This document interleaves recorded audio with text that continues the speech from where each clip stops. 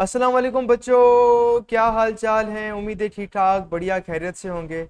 आज के इस वन शॉट लेक्चर के अंदर हम एग्जाम ओरिएंटेड तरीके से इस चैप्टर को पढ़ेंगे। चाहे आपके एग्जाम के अंदर 10 महीने हो या 10 दिन हो, ये जो पूरा वन शॉट लेक्चर है इसके अंदर सारी टिप्स एंड ट्रिक्स एंड हमने ऐसा प्लान बनाया है कि आपके भी 90% से अबव मार्क्स आने वाले हैं, जैसे हमारे प्रीवियस 287 प्लस बच्चों के आए। हमने आपके लिए सारी चीजें बिल्कुल फ्री की हुई हैं। अगर आप इस वीडियो की कमेंट सेक्शन में जाएं और यहां पर हमने हमारे टॉपर बच्चे 300 बच्चे जिनके 90% से अबव मार्क्स आए 9-10 क्लास में, उसके नोट्स हमने आपके लिए रखे हुए हैं। ये पहली लिंक है। दूसरी लिंक कि आपको पूरी बुक के चैप्टर्स के लेक्चर्स चाहिए, सारे कॉन्सेप्ट्स के चाहिए, तो दूसरी लिंक पर क्लिक करेंगे तो आपको सारे लेक्चर्स मिलेंगे। देन आपको हमारे व्हाट्सएप चैनल जहां पर सारी न्यू गेस्ट पेपर अपडेट सारी मिल रही होंगी, तो इससे आप जरूर ज्वाइन कीजिएगा। सही है, एक नंबर चीज यहां पर ही हुई। दूसरी चीज ये हुई कि देखें जी, हमारे इतने बच्चे टॉप कर रहे हैं भाई, कुछ तो बात है ना।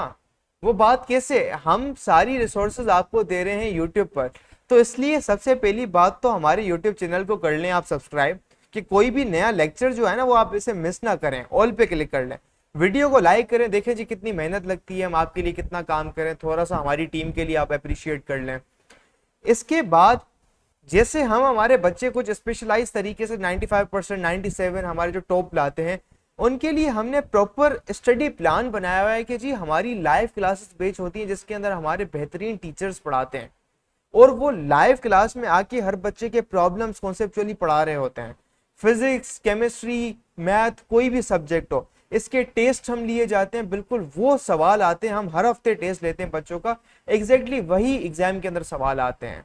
तो सारे के सारे लेक्चर, डाउट ग्रुप, 24 घंटे पूरे साल 24/7, भले रात को 3 बजे मसला हो, हमारा टीचर आपको हेल्प करने के लिए तैयार होगा। और उसकी पूरी की पूरी फीस सिर्फ और सिर्फ 21,000 रुपए है, सारे के सारे सब्जेक्ट्स की। तो जी अगर आपको भी मसला आ रहा है कि जी हम तैयारी कैसे करें, कोई मेंटोर होना चाहिए कि जो हमें बताए कि एक अलिफ बे पे ते करके समझाए कि सर मार्क्स कैसे लाने हैं, तो हमने हमारे पाकिस्तानी बच्चों के लिए ये चीज बहुत कर ली। अगर आप भले फॉरेन से हो, पाकिस्तान से हो, अगर आपको बिल्कुल वीआईपी लेवल की चीज चाहिए, मेंटोरशिप चाहिए और लाइव क्लासेस के अंदर कॉन्सेप्चुअल चीजें करनी है और एग्जाम्स के अंदर गारंटेड मार्क्स चाहिए, अभी हमें इस व्हाट्सएप नंबर पे मैसेज करें और हम आपको बेच के अंदर ऐड कर लेते हैं। एंड सबसे इंटरेस्टिंग बात यह है कि आप 2 दिन तक पूरी अमाउंट को रिफंड कर सकते हैं, and that's the whole logic here. तो अभी हम चलते हैं हमारे चैप्टर की तरफ जिसके अंदर हम सारे के सारे concepts and tips and tricks को समझते हैं। अस्सलाम वालेकुम बच्चों, वेलकम टू फेडरल कमंजन। आज जो है हम वर्क एंड एनर्जी ये वाले यूनिट पर फोकस करेंगे और वन शॉट लेक्चर होगा। विल ये पूरा का पूरा जो जो चैप्टर है वो हम इसी वीडियो के अंदर ख़त्म करेंगे। आ जाओ जी, सीधा सीधा अगर हम समझें तो वर्क क्या है। Work is equals to force, जो कि हम लेते हैं in newtons, multiplied by displacement, जो कि क्या होती है, जो कि होती है shortest distance between two points. मतलब कि अगर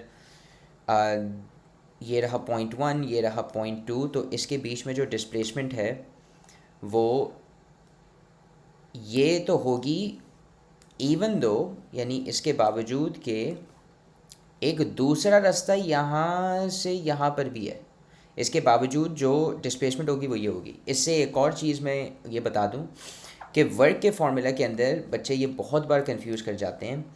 फोर्स और डिस्प्लेसमेंट की डायरेक्शन एक ही होनी चाहिए या पैरेलल होनी चाहिए। कैसे, ये ज़रा एक बार समझ लेते हैं। लेट्स से कि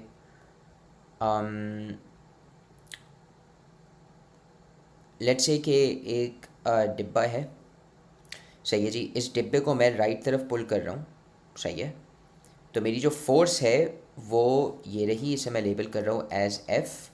और जो मोशन है, मतलब कि जिस तरीके से डिब्बा, जिस डायरेक्शन में डिब्बा मूव कर रहा है, वो भी, माजरत,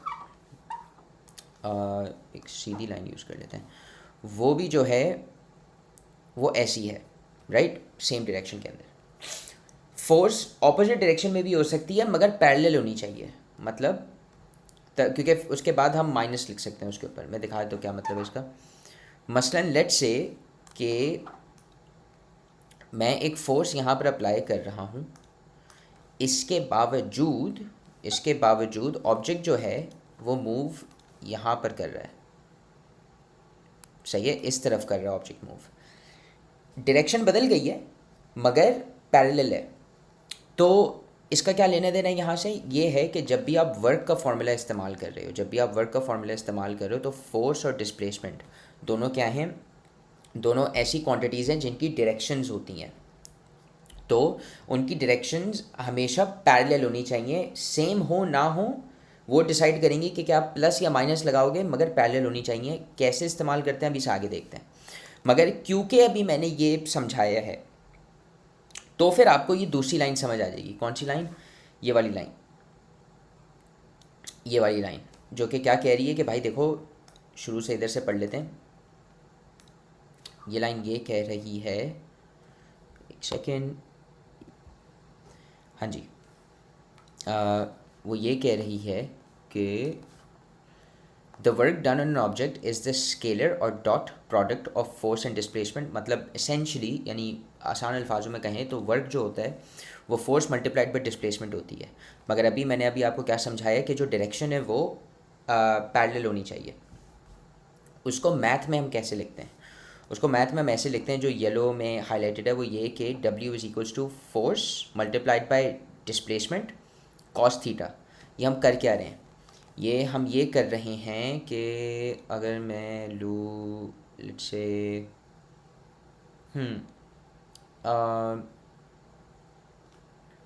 वाह भाई क्या बात है, राइट एंगल ट्रायंगल ही नहीं है, बट एसेंशली अगर मैं यही वाला डायग्राम ले लूँ, देखो रस्सी से हाथ किस तरफ खींच रहा है, रस्सी से हाथ इस डायरेक्शन में खींच रहा है, सही है क्या, इस डिब्बे को खींचा जा रहा है एक रस्सी से इस ही डायरेक्शन में, मगर ऊपर की तरफ है थोड़ी। तो फोर्स कहाँ है, फोर्स जो है वो ऊपर की तरफ है थोड़ी। फोर्स की फिर दो कंपोनेंट्स हैं, फोर्स को हम रिजॉल्व कर सकते हैं दो कंपोनेंट्स के अंदर। वो दो कंपोनेंट्स क्या हैं, एक है वर्टिकल कंपोनेंट जिसको मैं ब्लू में ड्रॉ कर रहा हूँ, और एक है हॉरिजॉन्टल कंपोनेंट जिसको मैं ग्रीन में ड्रॉ कर रहा हूँ। अब ये मैं क्यों कह रहा हूँ, देखो अभी हम लोगों ने क्या, अभी जो मैंने पूरी तंबी दी थी वो ये दी थी कि भाई जो डायरेक्शन है वो क्या पैरेलल होनी चाहिए of the force and displacement. तो अगर आप मुझे बताओ कि ये डिब्बा जो है ये किस डायरेक्शन में मूव कर रहा है, तो आप क्या बोलोगे कि सर यही जो ग्रीन डायरेक्शन है ना, ग्रीन वाली जो डायरेक्शन है, ग्रीन एरो की जो डायरेक्शन है, डिब्बा भी उधर ही मूव कर रहा है। तो जब मुझे ये ढूंढना है कि कितना वर्क हुआ है इन मूविंग दिस बॉक्स, तो मैं क्या करूँगा, मैं फोर्स का ये वाला हिस्सा लूँगा, सही है, ये वाला हिस्सा लूँगा फोर्स का। इस हिस्से को हम क्या कहते हैं, इस हिस्से को हम कहते हैं force multiplied by cos of theta. Theta क्या है, थीटा ये वाला एंगल है जो कि मैं रस्सी से जहाँ पर फोर्स असल में लगा रहा हूँ वो क्या है, वो रेड है। ये रेड एरो जो है ये क्या दिखा रहा है, जो असल में जो मैं फोर्स लगा रहा हूँ। थीटा वो एंगल है जो मेरा असल से फोर्स लगाने वाले एरो और जो मेरा असल एरो है जिसको मुझे मल्टीप्लाई करना है, उसके बीच में जो एंगल होता है उसे क्या कहते हैं, थीटा कहते हैं। तो उस एंगल को भी मैं ग्रीन में दिखा रहा हूँ यहाँ पर, ये रहा थीटा। तो यही डायग्राम को ही मैं खुद बना रहा हूँ ताकि समझा भी सकूँ कैसे बना है। तो एक सेकेंड, अच्छा जी, तो इसको हम एफ इंटू कॉस थीटा कहते हैं। नाउ अब अगर मुझे वर्क ढूंढना है इस डिब्बे को मूव करने का इन दिस वेरी डायरेक्शन, मैं क्या करूँगा, मैं सीधा मैं ग्रीन में लिख रहा हूँ वो कि वर्क इक्वल्स टू फोर्स की वो वाली कंपोनेंट जो कि मेरी डिस्प्लेसमेंट की डायरेक्शन के अंदर है, और मल्टीप्लाइड बाय डी जो कि मेरी डिस्प्लेसमेंट है। अच्छा जी, अब आते हैं, तो ये जो पूरी की पूरी एक्सप्लेनेशन है वो यही है।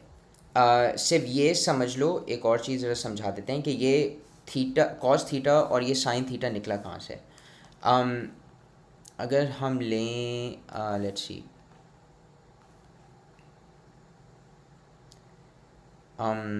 हाँ इसी को ले लो।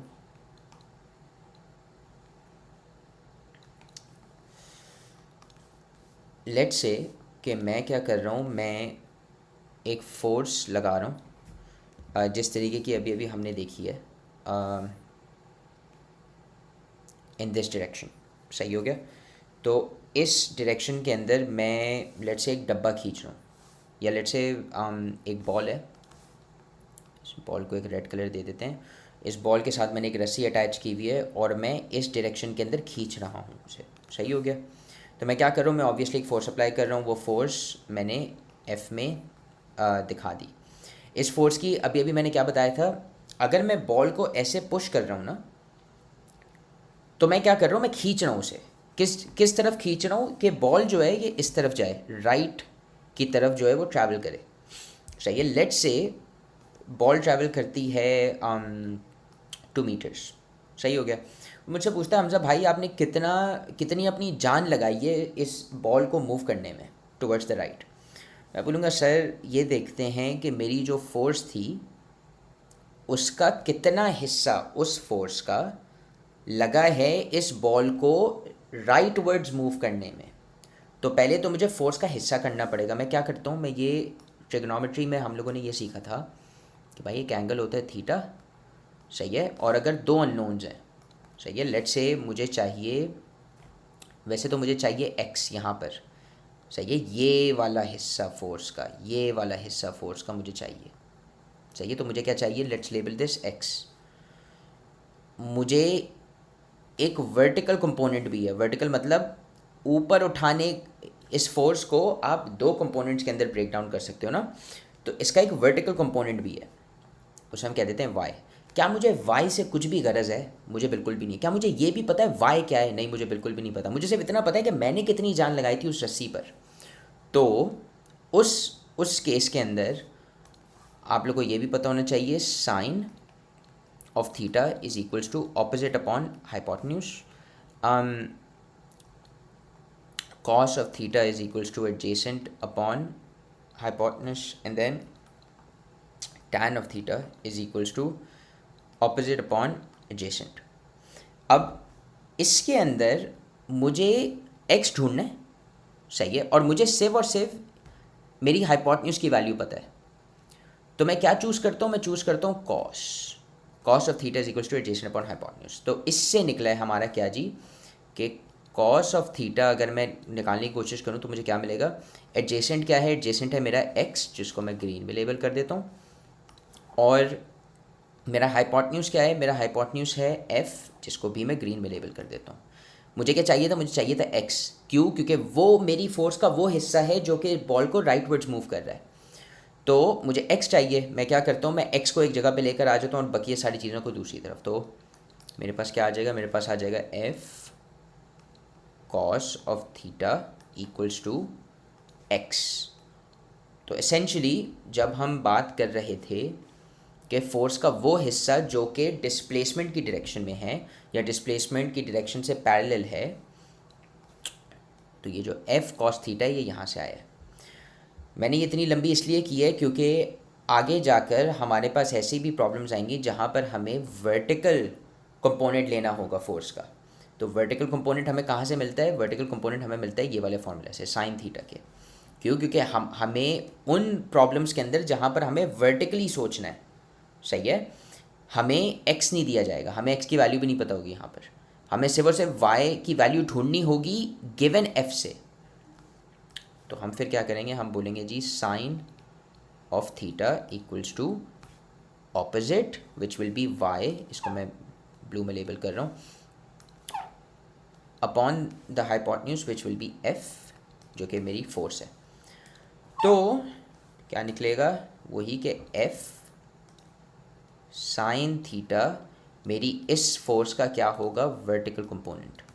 एनीहू ये एक्सप्लेनेशन मैंने यहाँ पर दे दी है तो फिर मैं आगे नहीं दूंगा। अच्छा जी, तो ये वाले पैराग्राफ के अंदर ये F is the magnitude of force, D is the magnitude of displacement and theta is the angle between force and the displacement. ये essentially पूरे के पूरे पैराग्राफ के अंदर वही लंबे करके समझाया है जो कि मैंने अब ये भी समझा दिया. खैर, और ये डायग्राम्स के अंदर भी हम essentially यही देख रहे हैं. Anywho, अभी पॉजिटिव नेगेटिव वर्क पे मैं सवालों के साथ ही आऊँगा, बट कॉन्सेप्ट अभी आगे समझ आएगा. अच्छा, यूनिट्स ऑफ वर्क देख लेते हैं कि हाँ भाई देखो, ऐसा यूनिट ऑफ वर्क क्या होता है, वो होता है जूल. जूल जिसे हम कैसे जे भी लिख देते हैं. तो अगर मैंने एक डब्बा है, उसको मैंने 1 न्यूटन की फोर्स दी. सही है. फोर्स की क्या यानी क्वांटिटी होती है इन विच यू मेजर, ये रादर यूनिट क्या होता है, न्यूटन्स. और मैंने इस डब्बे को 1 मीटर मूव किया है उसी डायरेक्शन के अंदर. तो मैंने वर्क कितना किया, मैंने वर्क किया है 1 न्यूटन मल्टीप्लाइड बाय 1 मीटर. तो अगर तो मैं इसे ऐसे ही रखूँ तो मैंने कितना वर्क किया है, मैंने किया है 1 न्यूटन मीटर. न्यूटन मीटर्स को एक दूसरा तरीका है लिखने का, उसे हम कहते हैं जूल्स. तो मैं क्या लिख सकता हूँ कि मैंने वर्क कितना किया है, 1 जूल्स. ये भी जानबूझ के अभी दिखाया है. अभी आते हैं कि यानी ये भी मैंने क्यों इधर मैं जूल्स के अंदर किया. वेल, एक रीज़न यही है कि किताब के अंदर लिखा हुआ है. अच्छा जी, अब पॉजिटिव और नेगेटिव वर्क पर आ जाओ. देखो, पॉजिटिव वर्क क्या होता है, जब फोर्स के पास एक हिस्सा है जो कि सेम डायरेक्शन में है एज द डिस्प्लेसमेंट. तो वही वाली मिसाल ले लो कि यार मुझे जो है ना ये किताब की डायग्राम्स बहुत ही बुरे लग रहे हैं, तो मैं अपने बना रहा हूँ. बहुत शुक्रिया. डिब्बा है, डिब्बे को मैं इस तरफ खींच रहा हूँ और डिब्बा ट्रैवल भी किस तरफ कर रहा है, अच्छा, पोजीशन जो ट्रैवल की पोजीशन है वो भी है इस तरफ. सही हो गया. तो अभी हमें इससे गरज नहीं है कि डब्बे ने कितना ट्रैवल किया और कितना नहीं किया, मगर मैं बस इतना बता रहा हूँ. लेट्स से सपोज कि डब्बे ने ट्रैवल किया है 2 मीटर्स टुवर्ड्स द राइट. सही हो गया. और मैंने फोर्स फेंकी थी इस तरफ भी, लेट्स से 2 न्यूटन्स. ये है पॉजिटिव वर्क. पॉजिटिव वर्क का मतलब एक ऐसा वर्क जो कि ऐड ऑन कर रहा है, ऐड ऑन कर रहा है. सही है. यानी ये साथ दे रहा है, ये मुकाबले में नहीं एक्ट कर रहा. मैंने ये क्यों अल्फाज इस्तेमाल किए, क्योंकि देखो, ऑब्जेक्ट जिस डायरेक्शन में जा रहा है ना, फोर्स का कुछ हिस्सा उसी डायरेक्शन में है. मैं कैसे बोल सकता हूँ यार फोर्स का कुछ हिस्सा उसी डायरेक्शन में? खुद सोचो, खुद ज़रा सोचो. डिब्बा है, मैं जानबूझ के उठाकर इस डायरेक्शन में, यानी अगर मैं खींचूं तो ये जो एरो है, ये जो एरो है, इस यही वाला जो एरो है, इस एरो को मैं एक राइटवर्ड्स एरो में और एक अपवर्ड्स एरो के अंदर ब्रेक डाउन कर सकता हूँ. राइट. क्या मैं ये कह सकता हूँ कि यार इस एरो की कुछ कंपोनेंट जो है ना, यानी कुछ हिस्सा इस राइटवर्ड्स इस फोर्स का कुछ हिस्सा इस डायरेक्शन में, मैं नहीं कह सकता. क्यों? क्योंकि भाई एंगल ही वो नहीं है, यानी बाकायदा नहीं है. तो आप क्या करोगे कि आप बोलोगे कि भाई हाँ, ज़्यादा से ज़्यादा ये जो 2 न्यूटन्स वाली जो फोर्स है उसकी जो कंपोनेंट होगा वो अपवर्ड्स यहाँ तक होगा. इस डायरेक्शन में जो है ना कोई कंपोनेंट नहीं है इसका, 2 न्यूटन्स की फोर्स का. अच्छा जी, खैर, तो इसे हम कहते हैं पॉजिटिव वर्क. सही है. जब आपकी फोर्स एंड डिस्प्लेसमेंट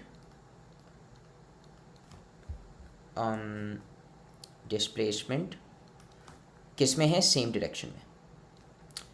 तो अब यार आसानी से आप लोग को ये भी पता चल जाना चाहिए कि नेगेटिव फोर्स क्या है. नेगेटिव फोर्स एसेंशली इसी का ही ऑपोजिट है कि नेगेटिव फोर्स के अंदर क्या होगा, आप लोगे या रादर नेगेटिव वर्क के अंदर कि force and displacement same direction में रहेंगी. कहाँ पर रहेंगी? ऑपोजिट डायरेक्शंस के अंदर रहेंगी. तो ऑपोजिट, तो भाई इसका आसान सा तरीका ये है कि हम क्या करें, हम ये बोल दें कि डिस्पाइट हम इस डायरेक्शन में पुल कर रहे हैं, हमारा डिब्बा जो है वो इस डायरेक्शन में चल रहा है। सही है। ये किसी भी तरीके से हो सकता है, यानी आप बोल सकते हो कि सर यानी ये कैसे हो सकता है, हम तो उधर पुल कर रहे हैं मगर डिब्बा पीछे की तरफ जा रहा है। बेटा वो इसलिए हो सकता है क्योंकि कोई दूसरी फोर्स होगी, कोई फलाना फोर्स होगी जो कि इसे इस डायरेक्शन में पुल कर रही है। बहुत बार सवाल हमें ये फोर्स देगा नहीं, हमसे बस ये पूछा जाएगा कि भाई डिब्बा तो ऑपोजिट डायरेक्शन में चल रहा है फ्रॉम द डायरेक्शन जो कि आप पुल कर रहे हो। सही है जी। पूछा ये जाएगा कि आप कितना वर्क कर रहे थे। आप बोलोगे यार रुक जाओ, मैं जो फोर्स मार रहा हूँ उस डायरेक्शन में तो जा ही नहीं रही डिब्बा जो है, तो मैं देखा जाए तो मैं तो डिस्प्लेस ही नहीं कर रहा ना ऑब्जेक्ट को, तो मैं तो कोई काम नहीं कर रहा। जी हाँ, बल्कि आप काम नहीं, आप नेगेटिव काम कर रहे हो, यानी जो आप करने की कोशिश कर रहे हो उसका उल्टा हो रहा है। तो इसको भी हम कैलकुलेट कर सकते हैं। कैसे करेंगे, क्योंकि जो आप फोर्स कर रहे हैं, देखो जो रेड लाइन है, जो रेड लाइन है वो क्या है, डिस्प्लेसमेंट की। क्या रेड लाइन के पैरेलल हमारा कोई फोर्स का कंपोनेंट है? हाँ है, ये लो। रेड और ग्रीन लाइंस क्या हैं, पैरेलल हैं मगर ऑपोजिट डायरेक्शंस के अंदर हैं। तो हम तब भी इसको काउंट कर सकते हैं। कैसे करेंगे, ज़रा पॉजिटिव वर्क को देख लो। पॉजिटिव वर्क का अगर कोई मुझसे पूछे कि आपने कितना वर्क किया है, तो मैं बोलूँगा work done is equals to 2 newtons. सही है, 2 न्यूटन्स मल्टीप्लाइड बाय 2 मीटर्स। सही है, मैं ये बोलूँगा। मुझे क्या मिलेगा एंड में, मुझे मिल जाएगा 4 जूल्स। सही है, दोनों सेम डायरेक्शन के अंदर थे तो दोनों पॉजिटिव हैं। अब ये देखो ज़रा, अच्छा एक नोटेशन है, यानी ये एक आमी चीज़ है, अगर आप इस पे ना भी यानी पहल करो तब भी आंसर सेम आएगा। मगर जो भी चीज़ राइट की तरफ होती है ना उसे हम पॉजिटिव कहते हैं। बस एक एक एक कन्वेंशन है, मतलब कि एक आदत है हमारी। वो कोई ये नहीं है कि हाँ भाई सही है, यानी राइट की चीज़ को हमेशा ही पॉजिटिव कहना है। मर्ज़ी है, कह दोगे तो कुछ गलत नहीं होगा। खैर, तो भाई 2 न्यूटन्स क्या है, राइट की तरफ है तो वो पॉजिटिव चल रहा है। तो work done is equals to 2 newtons cos theta. बल्कि यार रुक जाओ, हाँ थैंक यू, ये मुझे याद आ गया अभी। ऊपर भी मैंने गलती किया। मैंने क्या किया कि मैंने इसकी हॉरिजॉन्टल कंपोनेंट ली। शाबाश। 2 newtons cos theta multiplied by 2 metres. Let's say theta क्या है, लेट्स से थीटा है लेट्स से थीटा जो है ना वो है 30 डिग्रीज। सही हो गया, तो इधर दोनों तरफ 30 डिग्रीज ही आएगा। अच्छा जी, तो अगर हम देखें हमारे पास आंसर आ रहा है 3.76 जूल्स का यहाँ पर। और क्योंकि डायरेक्शन दोनों की दोनों जो जो आपकी डिस्प्लेसमेंट और फोर्स की ये वाली कंपोनेंट, हॉरिजॉन्टल कंपोनेंट, क्योंकि वो दोनों सेम डायरेक्शन के अंदर हैं टुवर्ड्स द राइट, तो यहाँ पर भी एक प्लस है और यहाँ पर भी एक प्लस है। अब आ जाते हैं हम नीचे नेगेटिव वर्क के अंदर। अलबत्ता 2 न्यूटन्स कॉस थीटा जो है वो टुवर्ड्स द राइट है एंड सो प्लस पॉजिटिव है। क्योंकि डिस्प्लेसमेंट नेगेटिव है, क्योंकि डिस्प्लेसमेंट दूसरी डायरेक्शन के अंदर है, तो हम उसे क्या लिखेंगे, -2 मीटर्स। सही हो गया। ये हमें देगी इक्वल्स टू, और ये हमें देगी -3.76 जूल्स। सही हो गया, क्यों, क्योंकि ये नेगेटिव वर्क है, डिफरेंट डायरेक्शन है। तो होपफुली इससे ये पॉजिटिव वर्क नेगेटिव वर्क हो गया। ज़ीरो वर्क क्या है, ज़ीरो वर्क ये है कि when the force is perpendicular to the displacement that is 90 degrees then the work done by the force is zero. मसलन वो ये कि अगर मेरे पास एक डिब्बा है और मैं उसे ऊपर की तरफ खींच रहा हूँ, ऊपर की तरफ खींच रहा हूँ। सही हो गया। मगर डिब्बा मूव कर रहा है इस डायरेक्शन के अंदर। सही है, टुवर्ड्स द राइट 2 मीटर्स। मैं लेट से ऊपर मैं उतनी फोर्स लगा लेता हूँ, मैं लगा रहा हूँ 2 न्यूटन्स की फोर्स। सही हो गया। अब मुझे जानना है क्या कि कितना काम किया है मेरी फोर्स ने in moving the object rightwards, object को सीधे हाथ की तरफ मूव करने के लिए। मैं क्या करता हूँ, मैं सीधा सीधा वही वाला फॉर्मूला निकाले, तो work done is equals to क्या जी, वो उतना हिस्सा मेरी फोर्स का जो कि उस डायरेक्शन में है या उस डायरेक्शन से पैरेलल है जो कि मेरी डिस्प्लेसमेंट की है। तो मैं क्या करूँगा, 2 न्यूटन्स लिख दूंगा अच्छे बच्चों की तरह जी, 2 न्यूटन्स और कॉस, इस बार हम नहीं भूलेंगे, और थीटा। थीटा क्या है मेरी, यहाँ पर ये पूरा का पूरा एंगल है 90 डिग्रीज, जिसको हाँ इसे 90 डिग्रीज कहेंगे। तो इधर मैं क्या लिख रहा हूँ, 90 degrees, 2n 2 Newton's multiplied by cos 90। तो ये आ गया हमारा एफ कॉस थीटा वाला पार्ट। और डिस्प्लेसमेंट टुवर्ड्स द राइट है, मैं इसे पॉजिटिव ही कह रहा हूँ, मल्टीप्लाइड बाय 2 मीटर्स। आप ये देखेंगे कि ये जो है ना, ये 2n cos 90, तो 2 मल्टीप्लाइड बाई cos 90 अगर आप इसेंशली कैलकुलेटर के अंदर लिखो तो आपको ज़ीरो मिलेगा। तो आप इसेंशली 0 मल्टीप्लाइड बाई 2 मीटर्स कर रहे हो, तो वर्क डन जो है ना असल में वो क्या होगा, ज़ीरो होगा, 0 जूल्स। ऐसा क्यों है, क्योंकि वापस सोचो भाई, आपकी अगर कोई सीधी फोर्स है ना तो उसकी कंपोनेंट निकल सकती है, निकल सकती है, निकल सकती है। जैसी 90 डिग्री पर हो जाएगी ना, आप इस फोर्स का हॉरिजॉन्टल कंपोनेंट निकालने की कोशिश करो, ज़ीरो है ही नहीं। तो ये हो गई ये 3 ABC वाले पॉइंट्स। अब हम आ जाते हैं work done from a force displacement graph. सही हो गया कि भाई ये एसेंशली ये बता रहा है कि वर्क डन बाय आपके पास अलग अलग तरीके के ग्राफ्स होते हैं। सही हो गया। मैं क्या कर रहा हूँ, ये वाली जो एक्सप्लेनेशन है इसे मैं छोटा कर कर oops, ये वाली एक्सप्लेनेशन को हम थोड़ा साइड में करते हैं जी। आ जाओ, माइनस वाले। और अब हम ये देखते हैं, देखो अलग अलग तरीके के ग्राफ्स होते हैं, मगर बुनियादी तौर पर फोर्स और डिस्प्लेसमेंट के क्या ग्राफ्स हैं।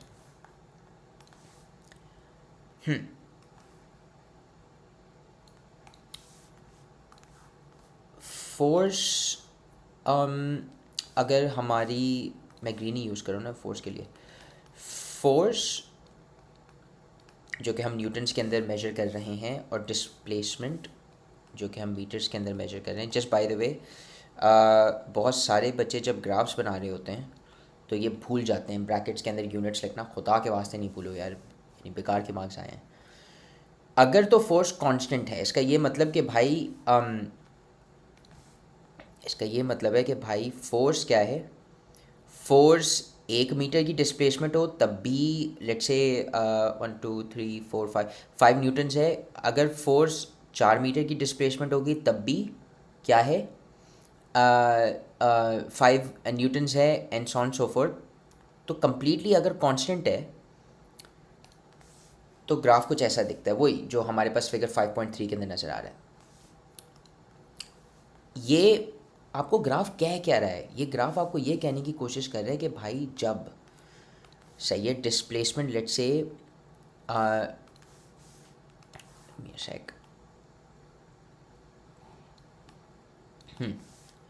ये बताने की कोशिश कर रहा है कि जब डिस्प्लेसमेंट लेट्स से 1 मीटर है या फिर 2 मीटर है या फिर 3 मीटर है किसी भी एक फलाना ऑब्जेक्ट की, तो आपकी फोर्स जो है ना वो 5 न्यूटन ही रह रही है। सही है, तो आपकी फोर्स 5 न्यूटन ही है। तो अब अगर मुझे जानना है बाय द एंड 4, तो ये 3.5, यानी कि बाय द एंड अगर मुझे जानना है कि यार इस पूरे ऑब्जेक्ट पर 5 न्यूटन की फोर्स लगी रही है फॉर 3.5 मीटर्स, तो अब अगर मुझे जानना है कि कितना वर्क डन हुआ है, कितनी जान लगी है, तो मैं क्या करूँगा, मैं सीधा सीधा एरिया अंडर द वेल इधर एरिया, हाँ इधर भी जो है वो एरिया ऑफ द स्क्वायर होगा रादर। तो ये जो एरिया है इससे मुझे मिल जाएगा क्या, मेरा वर्क डन। आप बोलेंगे कैसे भाई, वो ऐसे कि वर्क क्या था, is equals to force into displacement.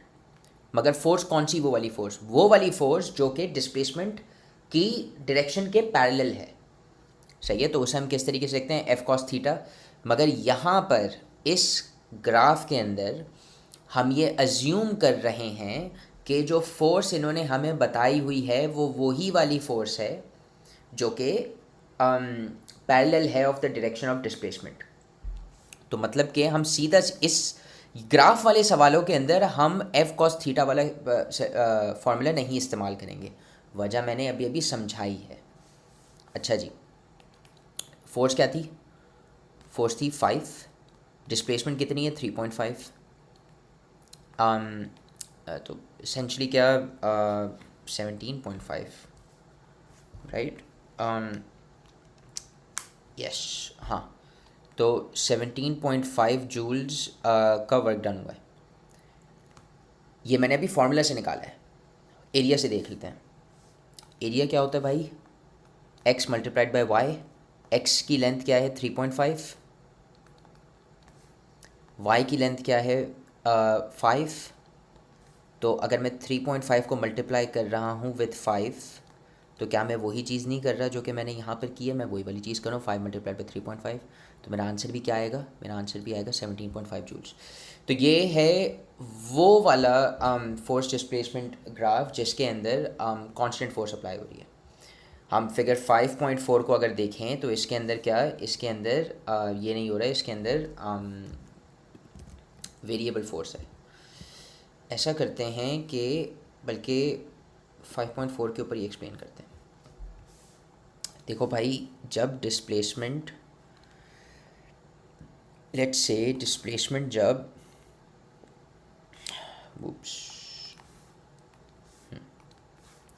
जब डिस्प्लेसमेंट 1 मीटर है,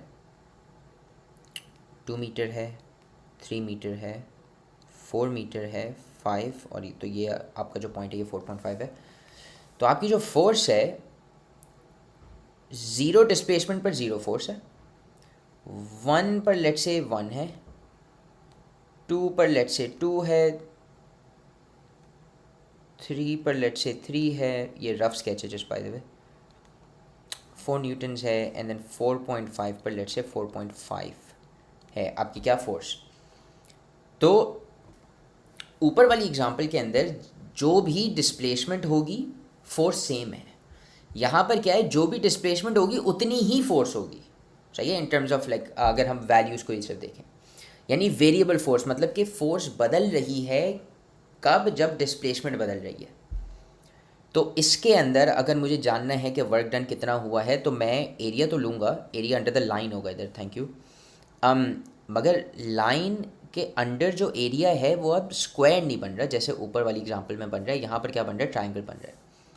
ट्रायंगल का क्या होता है, ट्रायंगल का एरिया क्या होता है, ट्रायंगल का एरिया होता है half into base into height. Triangle का एरिया होता है। तो हम क्या करें, राइट एंगल ट्रायंगल का अगर हम स्पेसिफिक जाएँ तो हाफ, बेस कितनी है 4.5, राइट, डिस्प्लेसमेंट आपकी जो है 4.5, और हाइट कितनी है वो भी है 4.5। तो 4.5 into 4.5 is 16 plus 8 which should be 24,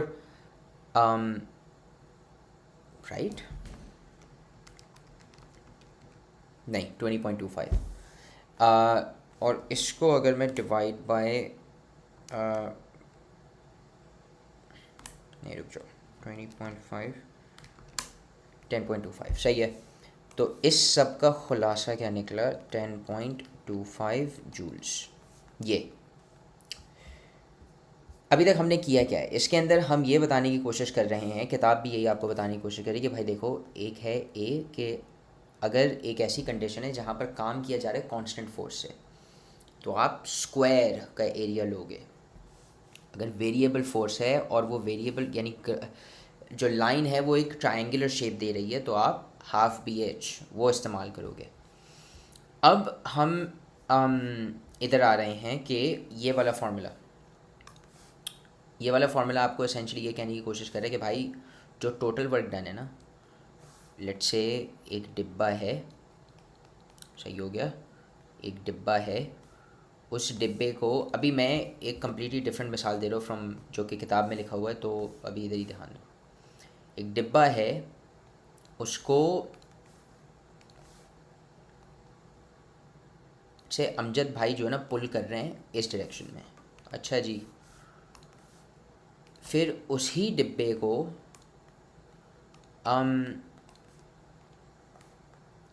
Hamza भाई भी इस डायरेक्शन में पुल कर रहे हैं, और हमज़ा भाई की जान काफ़ी कम है कंपेयर टू अमजद भाई। तो आप क्या बोलोगे, लेट्स से यार अमजद भाई और अच्छा हाँ, just by the way, displacement जो है वो आपकी हो रही है किस डायरेक्शन के अंदर, इस डायरेक्शन के अंदर डिस्प्लेसमेंट हो रही है जो मैं ज़मीन पर बना रहा हूँ।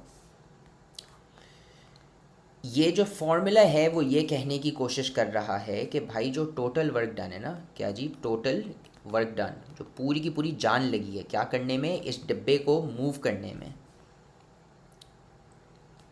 वो क्या है कि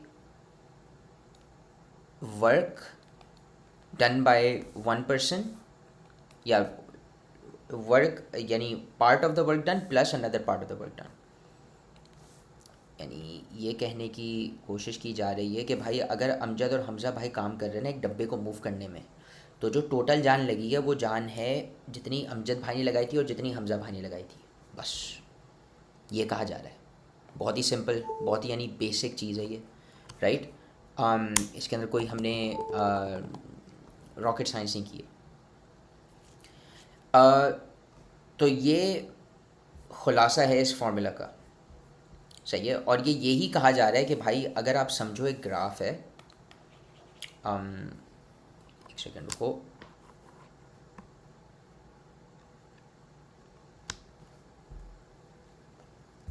राइट, अगर हम समझें कि एक just give me a sec,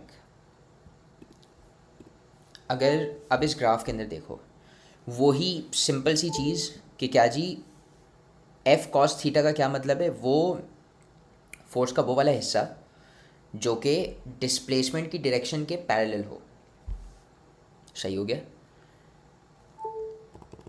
यहाँ पर जो कहने का मतलब है वो यही कि अगर आप देखो यानी 4 बार्स हैं, राइट, 4 बार्स हैं हमारे पास है ये वाला बार, दूसरा वाला बार, तीसरा वाला बार, चौथा वाला बार।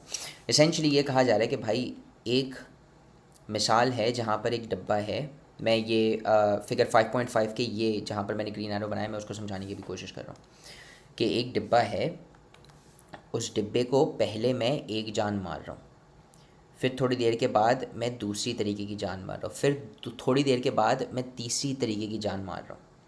और ये जाने कब कब कैसे कैसे चेंज हो रही है, जैसे जैसे जैसे मसलन एक डिब्बा है, उसको मुझे फिनिश लाइन तक लेकर जाना है, पहले 2 मीटर्स के अंदर, सही है, पहले 2 मीटर्स टू फिनिश लाइन मैंने मेरा जो एफ कॉस थीटा था वो था लेट्स से 10 न्यूटन्स। उसके बाद अगले 1 मीटर के अंदर मैं बहुत थक गया क्योंकि मैंने 10 न्यूटन की फ़ोर्स मारी है अभी, तो मैंने लेट्स से 2 न्यूटन की फ़ोर्स मारी, मगर फिर मुझे याद आया यार फिनिश लाइन इतनी करीब है, तो मैंने क्या किया, अगले 1 मीटर के अंदर वापस जान मारने की कोशिश की, और मैंने कितने मारे, मैंने मारे भाई 8 न्यूटन्स। यार अब इतनी करीब हूँ यार, खैर है मैं थक गया हूँ, तो मैंने अगले 1 मीटर के अंदर जो जान मारी वो कितनी थी, वो थी 1 न्यूटन। अब भाई मसला ये है, अगर मैं इसका एक ग्राफ बनाने की कोशिश करूँ, 10 न्यूटन, 2 न्यूटन, 8 न्यूटन, 1 न्यूटन, सही है। और वो भी, ये तो मैंने अभी आपको इस तरीके से दिखाने की कोशिश की है, ये तो मैं चेंज कर रहा हूँ ना, एग्जैक्ट नहीं है ये। 10 न्यूटन से 2 न्यूटन जाते वक्त मैं एकदम नहीं गिरा, यानी 10 न्यूटन से 2 न्यूटन जाते वक्त मैं एकदम नहीं गिरा, कोई ना कोई किसी ना किसी अजीब तरीके से गिरा हूँ। कहने का ये मतलब है, अब अगर मुझे ये वाला एरिया ढूंढना है और ये कर्व है, तो मुझे क्या करना होगा कि मुझे total area under the curve यानी लेना होगा। मैं क्या करूँगा कि मैं उस total area under the curve को डिवाइड करूँगा छोटे छोटे पार्ट्स के अंदर, जैसे यहाँ पर हुआ है, जैसे D1 D2 D3 D4 के अंदर हुआ है, और मैं इनके एरियाज़ पकड़ लूँगा, सॉरी मैं इनके एरियाज़ पकड़ लूँगा। तो 1 2 3 4 मैं इनके एरियाज़ पकड़ लूँगा और इनके एरियाज़ को सम कर लूँगा, क्योंकि 1 क्या है, 1 का मतलब है इधर का वर्क डन, 2 क्या है दूसरा वर्क डन, 3 क्या है तीसरा work done, and so on so fourth, right. तो इन सारे वर्क्स को मैं सम करूँगा तो मुझे क्या मिल जाएगा, पूरी जान जो हमने लगाई है वही वाली बात है कि total work done is equals to थोड़ा हिस्सा ऑफ वर्क डन, सेकेंड हिस्सा ऑफ वर्क डन, अंटिल सारे जितना भी काम हुआ है वो सब कुछ ऐड हो गया। बस सिंपल सी चीज़ें, मुझे पता है पेचीदा तरीके से लिखी हुई किताब के अंदर, इसलिए मुझे भी ज़रा पेचीदगी के अंदर समझाना पड़ा। आज वो ज़रा मिसाल से समझते हैं, सही है, ये बहुत ही आसान है, बहुत ही अच्छे से हो जाएगी। अलबत्ता जवाब दिया हुआ है, अभी हम जवाब को इग्नोर करते हैं, सही हो गया। अभी हम अच्छे से जवाब को इग्नोर करते हैं। मैं सारी की सारी वर्किंग ऑन द राइट करूँगा। महविश जो है वो एक सूटकेस को ड्रैग कर रही है एट एन एयरपोर्ट, सही है जी, and pulls it through a distance of 4.9 metres, और उस सूटकेस को 4.9 मीटर्स जो है उन्होंने पुल किया along level ground. Along level ground का ये मतलब है कि 4.9 मीटर्स जो है ये सूटकेस ने ट्रैवल किया है हॉरिजॉन्टल, ज़मीन पर रहते हुए। इसका ये मतलब नहीं है कि बाजी ने इतनी ज़ोर से खींचा कि सूटकेस हवा में उड़ गया, नहीं, ज़मीन पर रहा है, सही है। तो हम फिर ये कह सकते हैं कि डिस्प्लेसमेंट जो है ना, डिस्प्लेसमेंट कोई अजीब नुमा ये तरीके की नहीं थी डिस्प्लेसमेंट, इस तरीके की हम डिस्प्लेसमेंट कवर भी नहीं कर रहे इस चैप्टर के अंदर। हम बोल रहे हैं सीधी थी डिस्प्लेसमेंट, जैसे अभी तक हमने इंसानों की तरह यानी अज्यूम किया। अच्छा जी, बाजी जो है वो अप्लाई कर रही है constant force of 16.8 Newton's in 30 degrees with the horizontal, 30 degrees with the horizontal, सही हो गया। A 0.170 Newton friction force opposes the suitcase's motion. Find the work done by A. Mehvish, B. Frictional force, and C. Net force. अच्छा जी, तो हमारे लिए diagram बनाया हुआ है, मैं इसी को इस्तेमाल करूँगा। पहले तो उन्होंने हमसे ये पूछा कि भाई महविश बाजी कितना काम कर रही है वर्क, तो हम क्या करेंगे जी, वर्क डन का फॉर्मूला क्या है, फोर्स, सही है, क्या जी, किस डायरेक्शन में, जिस डायरेक्शन में डिस्प्लेसमेंट हो रही है, सही है, तो उसको किस तरीके से हम लिखते हैं, cos of theta multiplied by displacement, right. Force उन्होंने हमें बता दी थी कि 4.90 की फोर्स महविश अप्लाई कर रही हैं, सही हो गया, यानी रादर 16.8 न्यूटन्स की जो है महविश फोर्स अप्लाई कर रही है।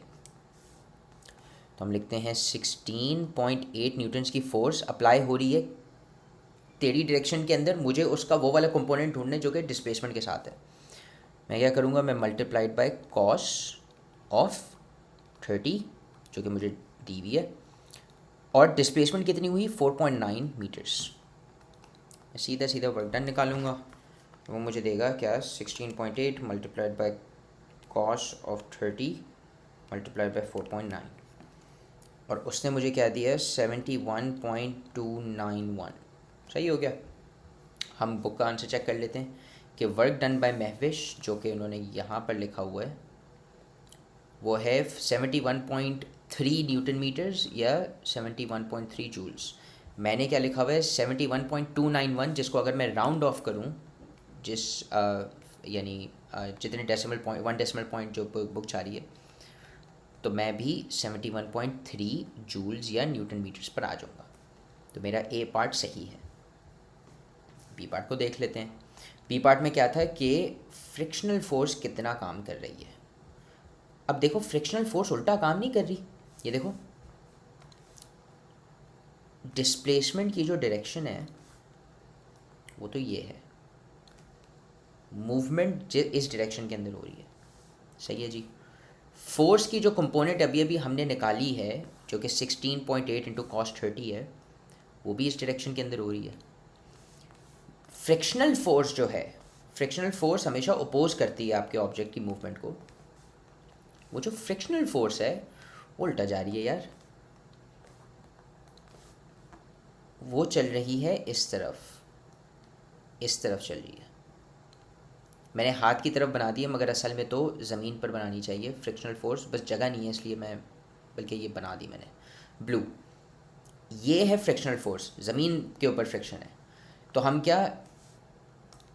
ये करेंगे कि वर्क डन, क्या जी फोर्स क्या पैरेलल है टू डिस्प्लेसमेंट इधर है, तो मुझे क्या कॉस थीटा लगाना पड़ेगा? मुझे थीटा नहीं लगाने की कॉस थीटा लगाने की ज़रूरत ही नहीं है मुझे। क्यों? क्योंकि फोर्स की जो डायरेक्शन है और जो डिस्प्लेसमेंट की डायरेक्शन है वो इन लाइन है, मतलब कि पैरेलल है। सही है, यानी कोई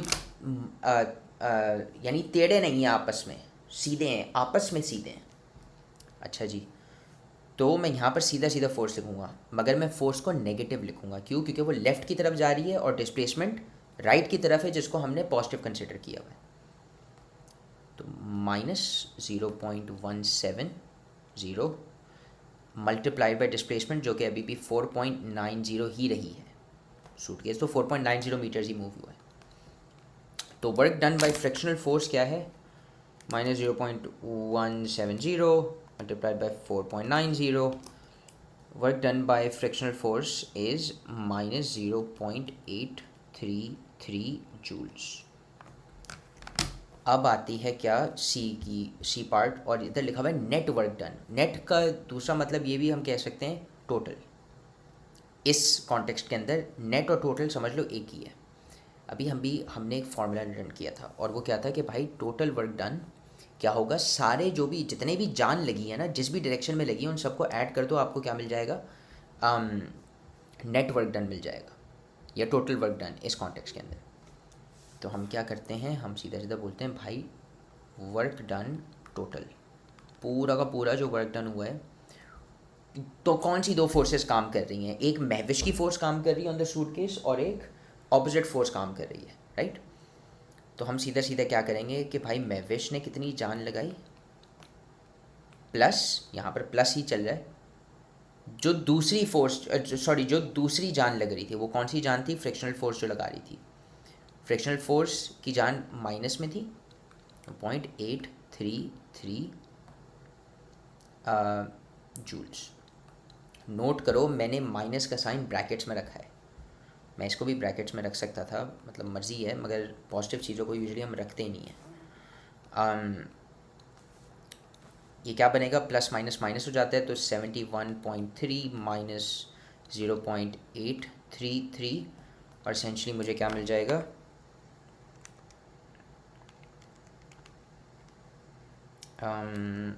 मुझे मिल जाएगा 70.467, जो कि 70.5 जूल्स होना चाहिए। लेट्स सी,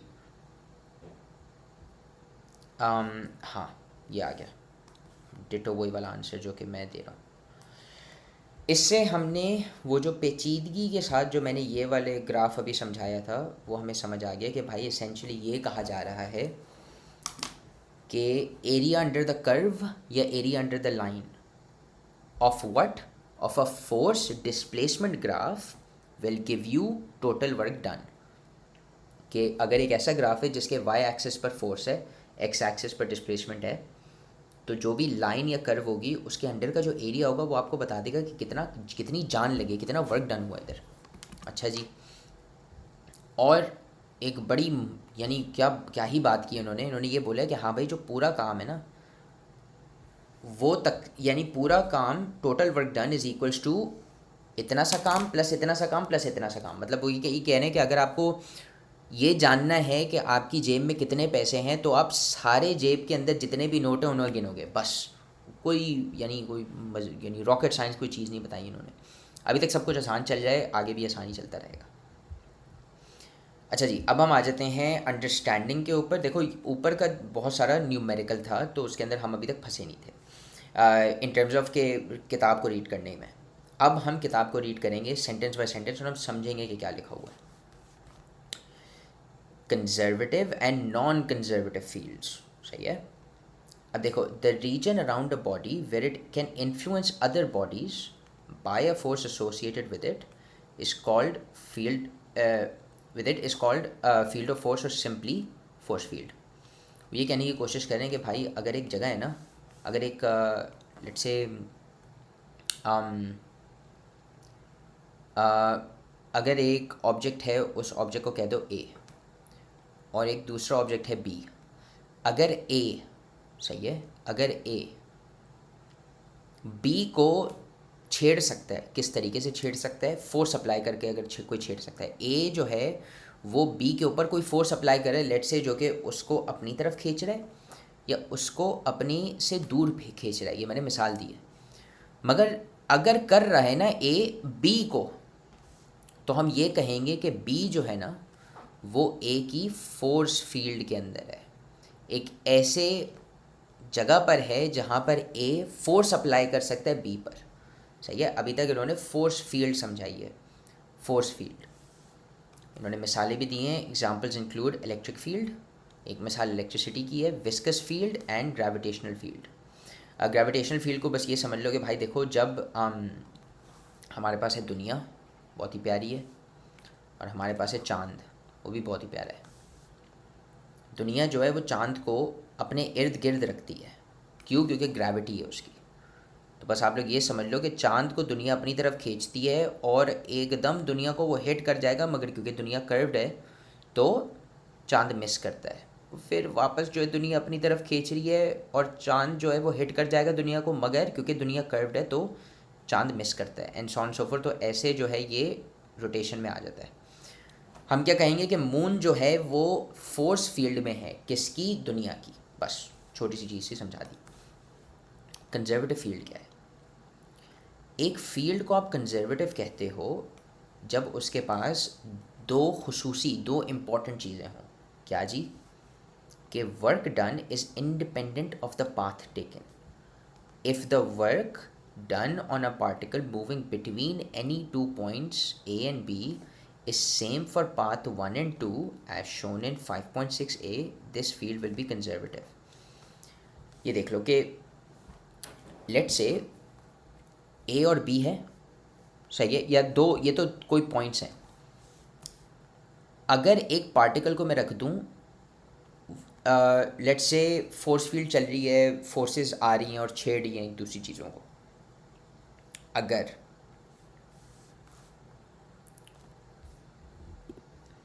कि अगर आपके पास, ये मैं एक मिसाल से समझा रहा हूँ, मसलन ये ले लो कि लेट्स से भाई आपके पास होती है घर पे अलमारी, सही है, आपके पास होती है घर पे अलमारी, लेट्स से वो एक नीली अलमारी है आपके घर पे। अच्छा जी, अलमारी के ऊपर यूजुअली सूटकेस रखे हुए होते हैं, सही हो गया जी। तो ये हम बना रहे हैं एक सूटकेस, सही है। अब अलमारी पे सूटकेस पहुंचाने के दो तरीके हैं। या तो भाई आप सीधा सीधा सूटकेस को उठाओ, सही है,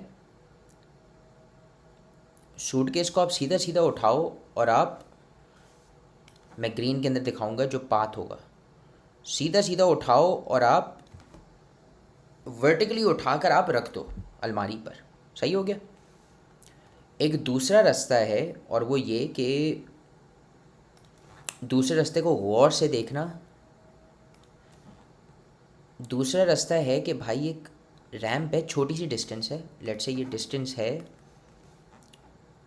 1 मीटर की, और इस डिस्टेंस से जो है हम सूटकेस को नीचे से ऊपर पहुंचा दें, सही हो गया यार। मगर एक और भी है, एक दूसरी रैंप है और वो है 3 मीटर की, और उससे भी हम सूटकेस को अलमारी के ऊपर पहुंचा दें स्लाइड करके। समझ आ रही है अभी तक? 3 तरीके हैं हमारे पास। कितने तरीके हैं? 3 तरीके हैं सूटकेस को ऊपर उठाने के। अब बात सुनो, एक कंजर्वेटिव फील्ड वो होती है, एक कंजर्वेटिव फील्ड वो होती है जिसके अंदर एक चीज़ को एक जगह से दूसरी जगह पहुंचाने के लिए आप जो भी कर लो, वर्क डन जो होगा वो सेम होगा। मसलन इसके अंदर भी यही है। अगर मैं देखूं भाई वर्क डन, देखो वर्क डन जो होता है ना वो हमेशा रिलेटिव होता है, मतलब कि किसके अंदर, work done in in displacement कहाँ पर हो रही है, डिस्प्लेसमेंट हो रही है ऊपर, नीचे से चीज़ ऊपर जा रही है। तो मैं किसके खिलाफ काम कर रहा हूँ, मैं ग्रेविटी के खिलाफ काम कर रहा हूँ। मैं क्या लिखूँगा, वर्क डन अगेंस्ट ग्रेविटी। यहाँ पर जान कहाँ पर लग रही है, यहाँ पर जान लग रही है ग्रेविटी के खिलाफ, यानी हाँ खिलाफ। अगर आप देखो ये कंजर्वेटिव सिस्टम है, कंजर्वेटिव सिस्टम अभी भी मैंने क्या बताया था, कंजर्वेटिव सिस्टम जो है वो एक ऐसा सिस्टम है जहाँ पर सॉरी कंजर्वेटिव फील्ड रादर,